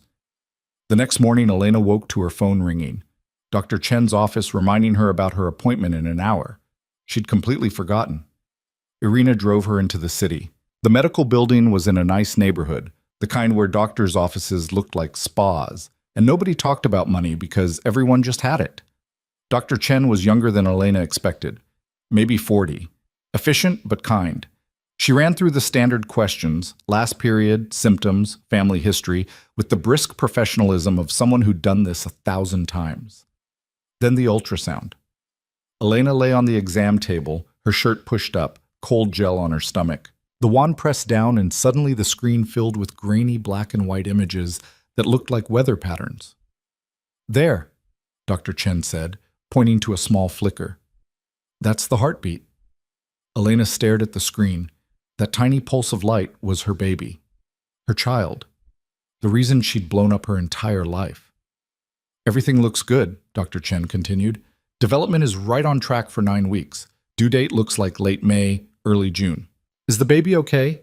Like, healthy? As far as I can tell, yes, but we'll keep monitoring. Dr. Chen handed her tissues to wipe off the gel. You're under a lot of stress. That's not ideal, but it's also not uncommon. The important thing is you're safe now. You're eating. You're resting. Those are the things the baby needs. What if the father tries to... Elena stopped. What if he tries to take the baby when it's born? Dr. Chen's expression shifted, professional mask slipping just enough to show real concern. Legally, he'd have to establish paternity and petition for custody. Given what you've told me about his behavior, no judge is going to grant custody to someone who tried to coerce you into an abortion. But document everything, every call, every text, every attempt at contact. That paper trail matters. Elena dressed and left with a folder full of prenatal information and a photo from the ultrasound. That tiny flicker captured in black and white. Proof of life. In the car, Irina glanced at the photo. You're keeping that? Of course. Be careful who you show it to. Becomes evidence in custody fights. I'm showing it to my child someday, Elena said firmly. To prove they were wanted, that I fought for them before they were even born. Irina smiled slightly. Good. That's the kind of thinking that wins wars. They stopped for lunch at a small cafe where Irina claimed nobody would recognize them. Elena ordered soup and bread, her appetite finally returning now that the morning sickness was fading. "Can I ask you something?" Elena said. "Why do you work for Adrian? Someone with your skills could work anywhere." Irina was quiet for a moment, then, "He saved my life. Literally. I was working for someone else, someone who didn't value loyalty or people or anything except profit. I wanted out, but leaving that world isn't simple. Adrian made it possible, gave me work that didn't compromise what little ethics I had left, protected me when my old boss came looking. I owe him everything." That's a lot of loyalty. He's earned it. Every day he earns it. Irina took a sip of her coffee. People think men like Adrian are monsters. Sometimes they're right. But sometimes monsters are the only thing standing between you and worse monsters. That's the world we live in. Elena thought about that. About good and evil being less clear than she'd always believed. About how the man feeding her and protecting her and paying for her medical care was also someone who could make people disappear and probably had. Her phone buzzed. "Vanessa, are you okay? Weird rumors at work. Someone said you came in looking rough, but I know you haven't been here." Elena typed back, "Marcus is playing games, sending someone who looks like me. Don't believe anything unless you hear it directly from me. This is insane. Do you need anything? Just keep being my friend. That's enough. Always. Love you. Love you too." Elena put away her phone, felt tears prickling behind her eyes. Vanessa was the only piece of her old life that felt worth keeping. Everything else, the job, the apartment, the marriage, could burn for all she cared. When they got back to the estate, one of Adrian's men was waiting, the same one from before. Victor, she'd learned his name was. He spoke to Irina in rapid Russian. Her expression darkened. "What is it?" Elena asked. "Marcus hired a private investigator. They found this place. Have photos of you coming and going." Irina's voice was tight. "They're building a case that you're living with Adrian, trying to paint it as an affair that predated your separation." Elena's stomach dropped. "But that's not... We never... Doesn't matter what's true. Matters what they can make look true." Irina pulled out her phone. "We need to talk to Adrian." They found him in a meeting with men Elena recognized as business associates. Legitimate ones, based on their suits and the laptop presentations visible through the open door. Irina knocked anyway. Adrian excused himself. Listened to Victor's report. His expression went cold. "Where are the photos now?" he asked. "Private investigator's office, cloud backup. Probably copies sent to Marcus's lawyers already." "Get them. All of them." Adrian's voice was steel. "And make sure the investigator understands that his services are no longer required, permanently." "Adrian," Elena started, "you can't just..." "I can and I will." He turned to her. "They're trying to destroy your reputation. Make you look like an adulteress who abandoned her marriage for another man. That narrative gives Marcus leverage in court. We're not letting that happen. But I can prove... You can't prove something didn't happen. That's the problem with this kind of accusation. Once it's out there, it sticks." He looked back at Victor. "Handle it. Today." Victor nodded and left. Elena's hands were shaking. "This is getting out of control. This is Marcus getting desperate, which means we're close to breaking him." Adrian guided her away from the office. "I know this is scary, but every move he makes, he's showing his hand. We know his strategy now. We counter it." "By doing what? Making people disappear?" "The investigator isn't disappearing. He's getting a very generous offer to relocate and forget he ever took this job." Adrian's voice was patient. "Elena, I'm not a killer. I don't hurt people unless they hurt people under my protection, but I do make problems go away. That's what I'm doing here. And if Marcus doesn't stop, then we show him what we know about his money laundering. We show his board of directors, his clients, his friends. We make it clear that continuing this path means losing everything he's built."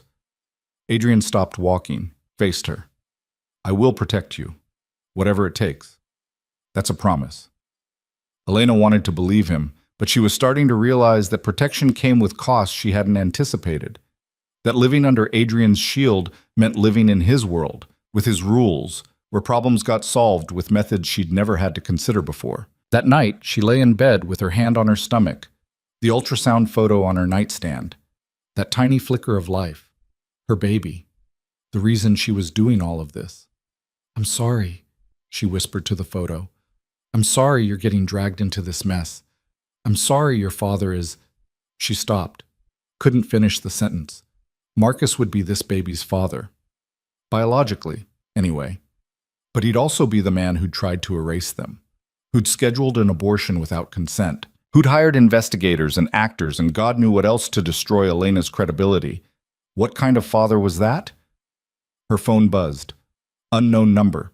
She almost ignored it, then thought maybe it was important. Hello? Elena. Marcus's voice, different this time, softer. Please, can we just talk? Really talk? We have a restraining order. I'm trying to save our marriage. That's not... There's no marriage left to save. Elena's voice was steady. You scheduled an abortion without asking me. You hired someone to impersonate me at work.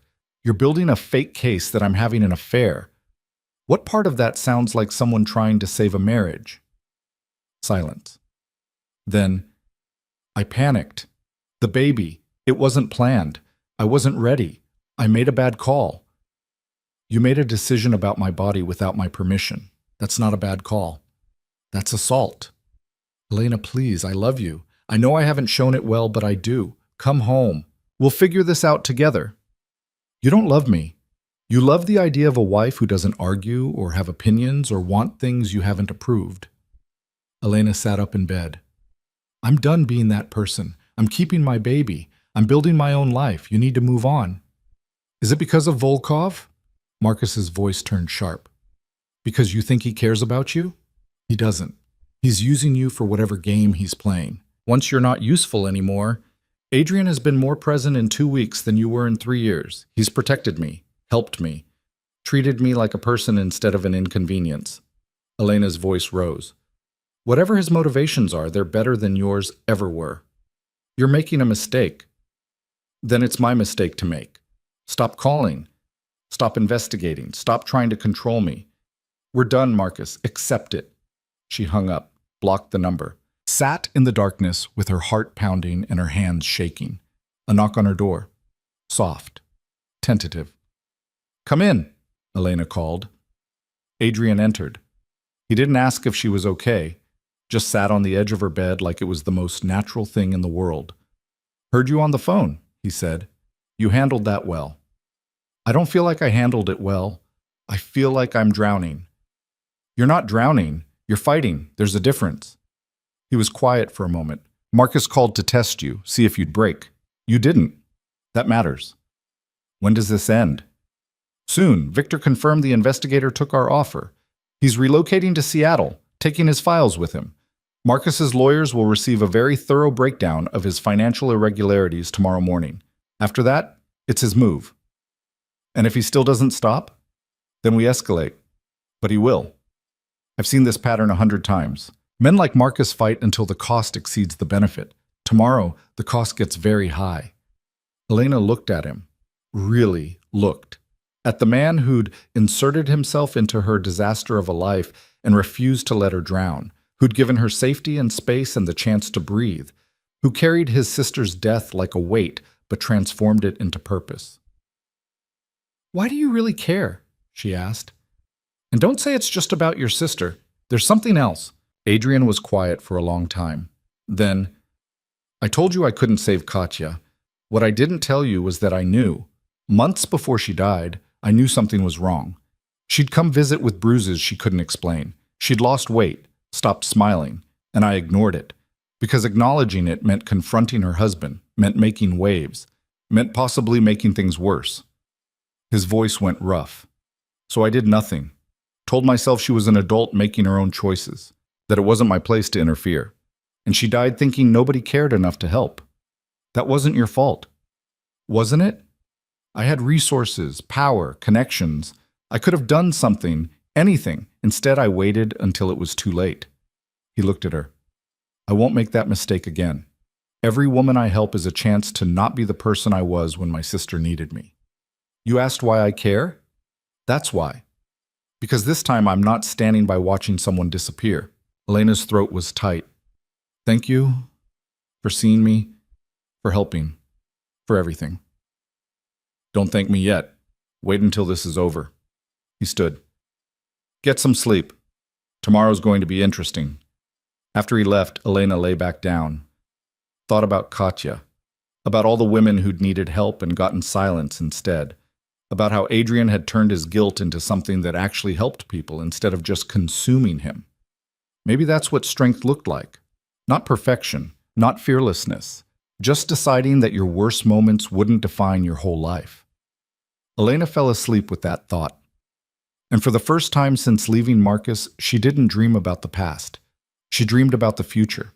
About a child with her eyes and her stubbornness. About a life built on choices instead of compliance. About finally being visible. The package arrived at Marcus's office at 9:47 a.m. Elena knew because Irina told her, watching security footage from cameras Elena hadn't known existed. Marcus's assistant signed for it, brought it to his desk, left him alone to open it. Elena sat in Adrian's study, watching her husband's face on a screen as he pulled out the contents. Financial records, bank statements, emails, all the evidence of his money laundering laid out in chronological order with helpful annotations highlighting the illegal parts. Marcus went pale, then red, then reached for his phone. He's calling his lawyer, Irina said, adjusting the audio feed. Elena shouldn't be watching this, shouldn't be listening, but she couldn't look away. This was the man she'd loved once, the man she'd promised forever to. Now reduced to a panicking figure on a screen, realizing his entire life could collapse. She felt nothing, not satisfaction, not guilt, just a strange, hollow emptiness where her feelings for him used to be. Marcus's lawyer arrived within the hour. They spoke in urgent whispers, went through the documents page by page, made calls to other lawyers, accountants, someone who was probably a crisis management specialist. By noon, Marcus's phone rang. Unknown number. He answered on speaker. Adrian's voice filled the office. Mr. Carter, I assume you received my package. Marcus's hands clenched. What do you want? For you to understand the situation you're in. Those records? I have copies. Multiple copies, in multiple secure locations. They stay private as long as you stay away from Elena. You're blackmailing me. I'm establishing boundaries. There's a difference. Adrian's tone was conversational, polite, like they were discussing weather. Elena filed for divorce this morning. The papers will be served this afternoon.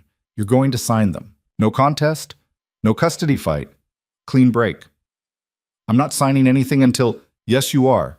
Because if you don't, those records go to the FBI, the IRS, your board of directors, every client you've ever had. Your career ends, your freedom ends, your entire life ends. Or you sign some papers and walk away with your reputation intact. Your choice. Elena watched Marcus's face, saw the calculation, the fury, the slow, terrible realization that he'd lost. She's my wife, Marcus said, voice tight. My baby. She was never yours. She was just with you. And the baby? You tried to erase it. You don't get to claim it now. Adrian's voice went cold. Sign the papers, Marcus. Move on. Find someone else to control. Elena's done. The line went dead. Marcus sat in silence. His lawyer said something Elena couldn't hear. Marcus shook his head.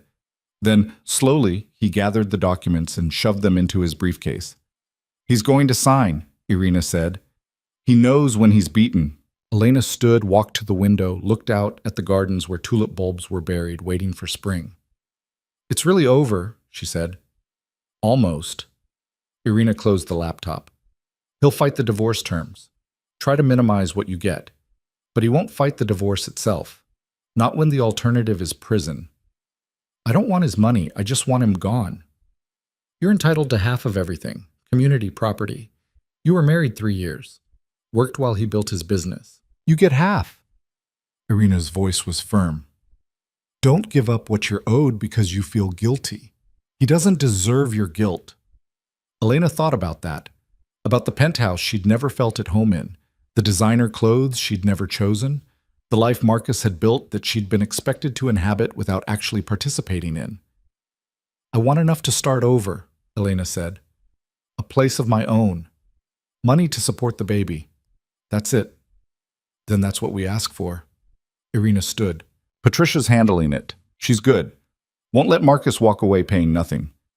The divorce papers were served at 2:15 p.m. Marcus signed them at 4:30. No argument, no theatrics, just his signature on a line that ended 3 years of marriage with the stroke of a pen. Elena cried when Patricia called with the news. Not sad crying, relief crying, the kind that came from a weight finally lifting. Adrian found her in the garden, sitting on a bench Maria had pointed out was good for thinking. Sasha lay at her feet, the dog's massive head resting on Elena's shoes like an anchor. Heard the news, Adrian said. It's done. He signed. How do you feel? Elena laughed, watery and rough. I don't know. Free? Terrified? Both? She wiped her eyes. I thought I'd feel different, like something would change the moment it was official, but I just feel tired. That's normal. You've been running on adrenaline for weeks. Now that the immediate threat is over, you're crashing. Adrian sat beside her. Give yourself time.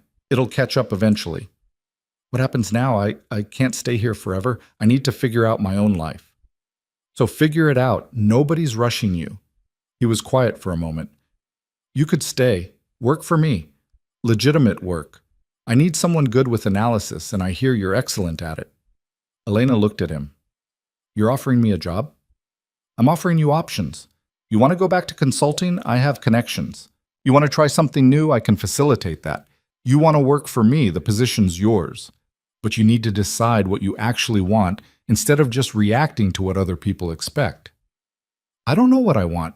I've spent so long being what Marcus needed that I forgot how to want things for myself. Then start small. What do you want for dinner? What do you want to do tomorrow? What do you want to name the baby? Adrian's voice was gentle. Build it piece by piece. Eventually the big answers get easier. Elena thought about that.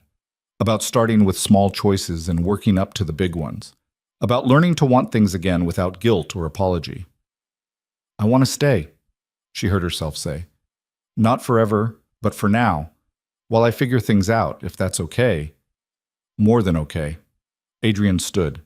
Come on. Maria's making something that smells incredible, and she'll be offended if we're late. Dinner was loud. Victor was there with another man Elena hadn't met. They argued about soccer in a mix of Russian and English, while Maria scolded them for talking with their mouths full. Irina rolled her eyes, but Elena could see the affection underneath. This was Adrian's family, not blood, just people he'd collected who'd become essential. Elena found herself laughing at something Victor said. Real laughter, the kind she hadn't experienced in years. It felt strange, foreign, but also right. After dinner, she helped Maria clean up despite the older woman's protests. You don't need to do this, Maria said. It's my job. I know, but I want to help. I need to feel useful. Maria studied her, then nodded. Okay, you dry. I wash. They worked in comfortable silence. Then Maria said, You staying? For now. Good. House is better with you here, less quiet. Maria handed her a plate. Mr. Adrian, he smile more when you around. It's good for him. Elena felt heat creep up her neck. It's not like that. I know, but maybe one day, Maria shrugged. Or maybe not. Either way, you good for him. He good for you. That's enough. Elena thought about that later, lying in bed with her hand on her stomach, about Adrian and whatever was growing between them that neither of them had named. It wasn't romance, not exactly, but it was something, trust maybe, or just the recognition that they understood each other in ways that didn't require explanation. Her baby kicked for the first time that night. A flutter so slight Elena almost missed it. She pressed her hand harder, waiting. It happened again, tiny, insistent, alive. Hey, Elena whispered. I'm your mom. I don't know what I'm doing yet, but I promise I'm trying. I promise you'll be wanted, safe, loved. Her voice cracked. I promise you won't grow up invisible.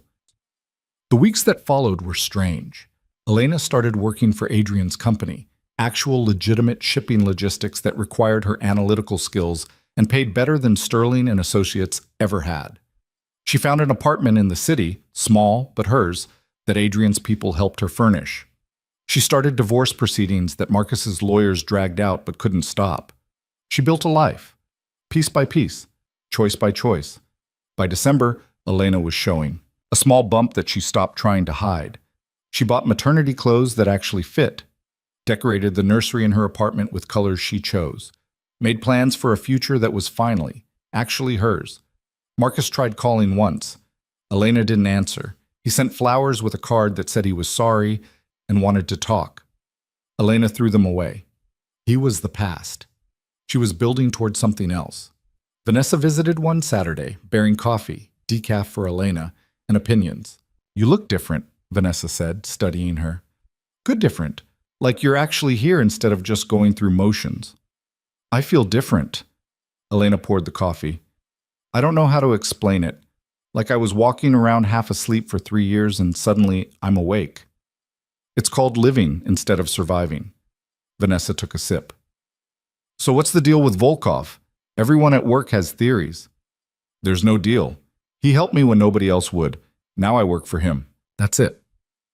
"You work for a man who runs half the underground in New York. I work for a man who gave me a chance when I had nothing, who protected me when my husband tried to destroy me, who never asked for anything except that I actually live instead of just existing." Elena met her friend's eyes. "I know what he is. I also know what he's done for me. Both things can be true." Vanessa was quiet, then, "Are you happy?" "I'm getting there. Ask me again in 6 months." "Fair enough." Vanessa stood. "I'm glad you're okay. Really okay. You deserve it." After she left, Elena sat in the apartment she'd chosen and felt something close to peace. Not perfect, not finished, but hers. The baby kicked, harder now, regular enough that Elena had started recognizing patterns. "What do you think?" she said to her stomach. "You ready for this?" "Because I'm still figuring it out." Her phone rang. Adrian. "You busy?" he asked. "Never too busy. What's up?" "Come to dinner tomorrow. The estate. We're celebrating." "Celebrating what?" "Marcus's firm is under federal investigation. Turns out once we started digging, other people did too. He's looking at serious charges." Elena should feel something about that. Satisfaction, maybe? Or guilt? But mostly she just felt tired. "Did you?" "We gave them the information. What they did with it is on them." Adrian paused. "He made choices, Elena. Choices that hurt people. You, his clients, everyone he touched. This is just consequences catching up." "Will he go to prison?" "Probably. White-collar charges usually end in plea deals, but his lawyer's not optimistic." Another pause. "How do you feel about that?" "I don't know. Part of me thinks he deserves it. Part of me just feels sad that it came to this." Elena looked out her window at the city lights. "Mostly, I just want it to be over. I want to stop thinking about him and focus on what's ahead." "Then that's what you do. Come tomorrow. Eat Maria's cooking. Let the rest sort itself out." Elena agreed and hung up. Sat in her quiet apartment and thought about Marcus. About the man she'd married versus the man he'd become. Or maybe he'd always been that man and she'd just refused to see it. Either way, it didn't matter anymore. The next evening, Elena drove to the estate. Her own car now, bought with her own money from her own job. Small victories that added up to something bigger. Maria met her at the door with a hug that nearly lifted Elena off her feet. "Look at you, baby is growing." Maria patted Elena's stomach. "You eating enough?" "Constantly, the baby demands it." "Good, come." Dinner almost ready. The dining room was full. Victor and his friends, Irina, Adrian at the head of the table, all of them looking up when Elena entered. "There she is," Adrian said. "Sit, we're waiting on you." Elena sat, looked around at these people who'd become something like family, who'd protected her and supported her and never made her feel like an imposition. "What are we celebrating?" she asked. "New beginnings," Adrian said. He raised his glass. "To Elena, who walked into my restaurant looking lost and walked out looking found. To her baby, who's lucky to have a mother who fights. And to the future, which is always better than the past." Everyone drank. Elena felt tears prickling but didn't try to hide them.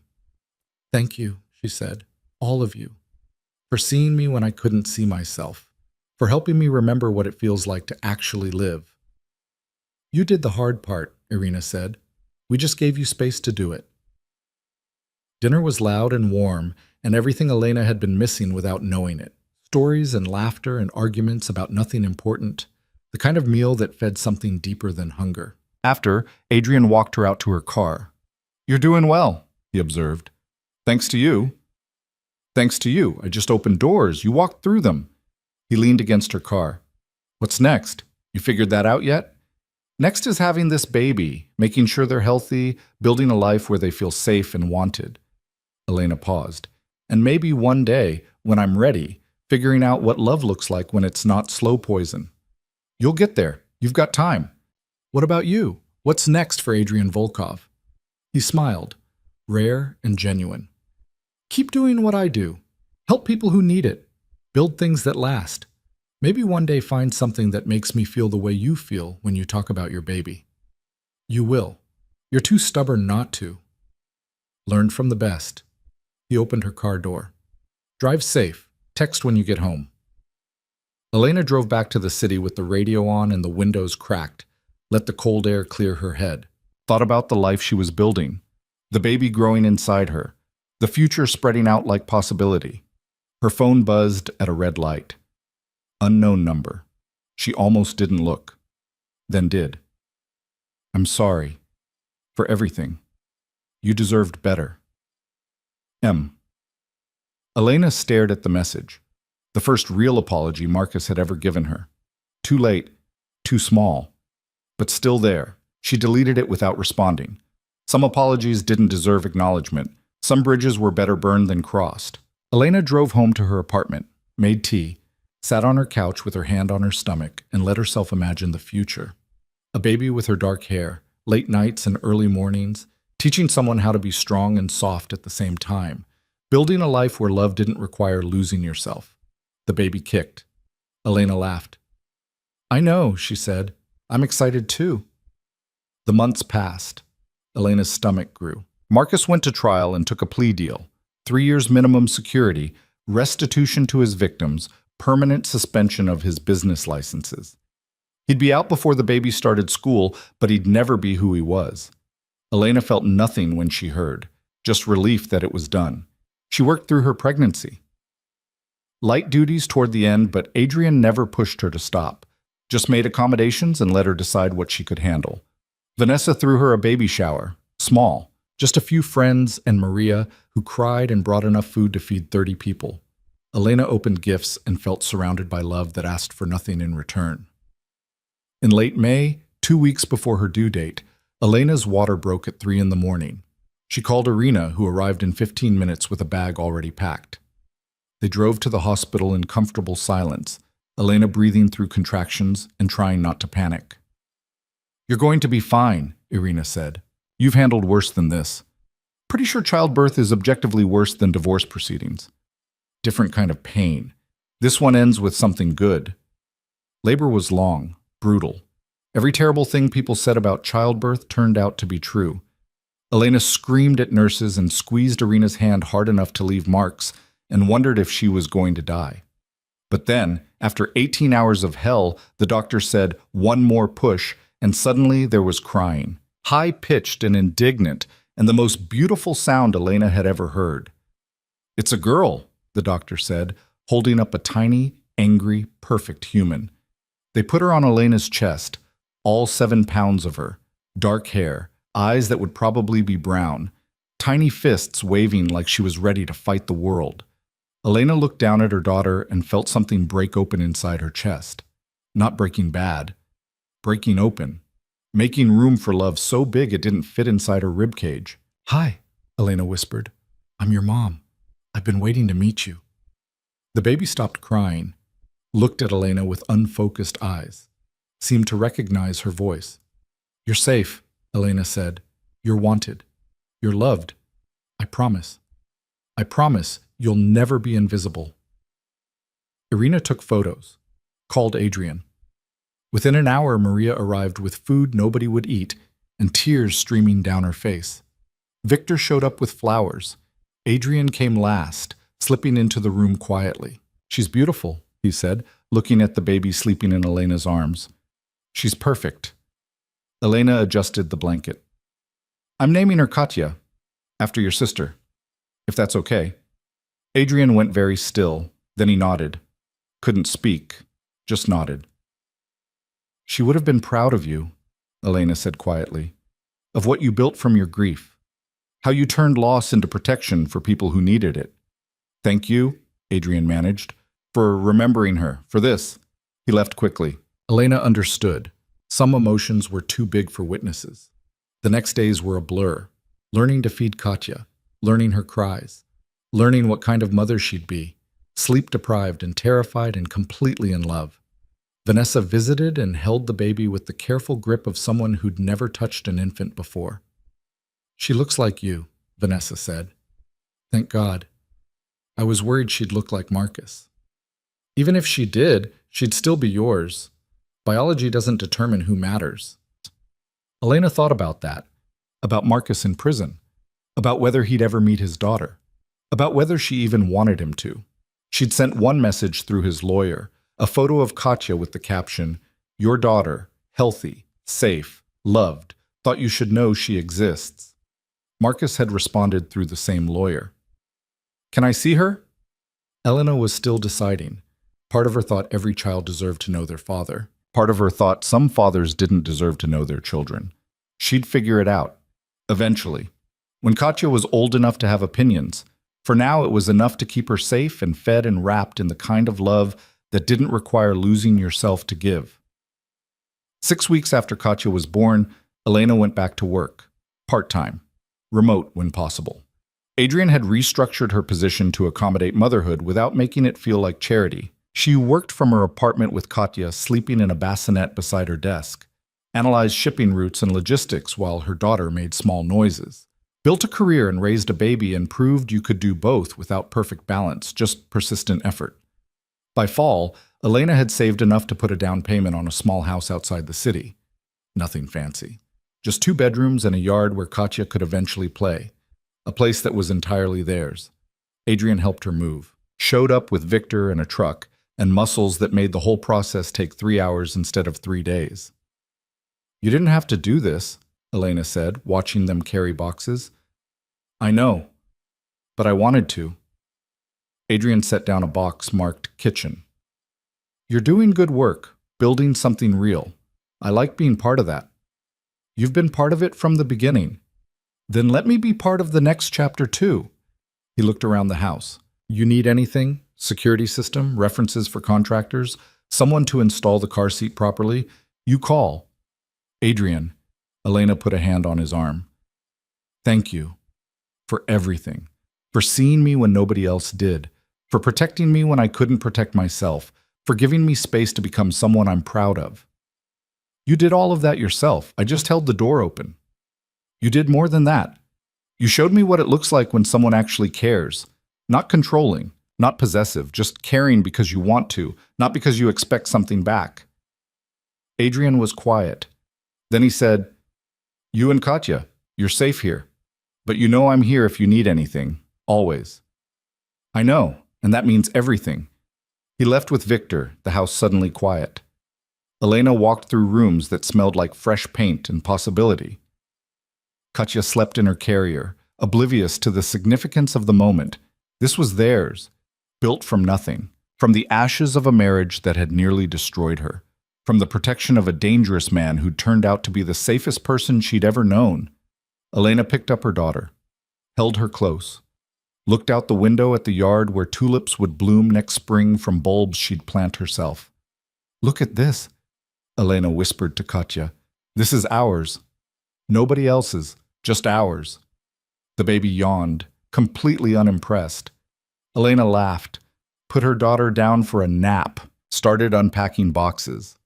Built her life piece by piece, each choice hers, each decision made from strength instead of fear.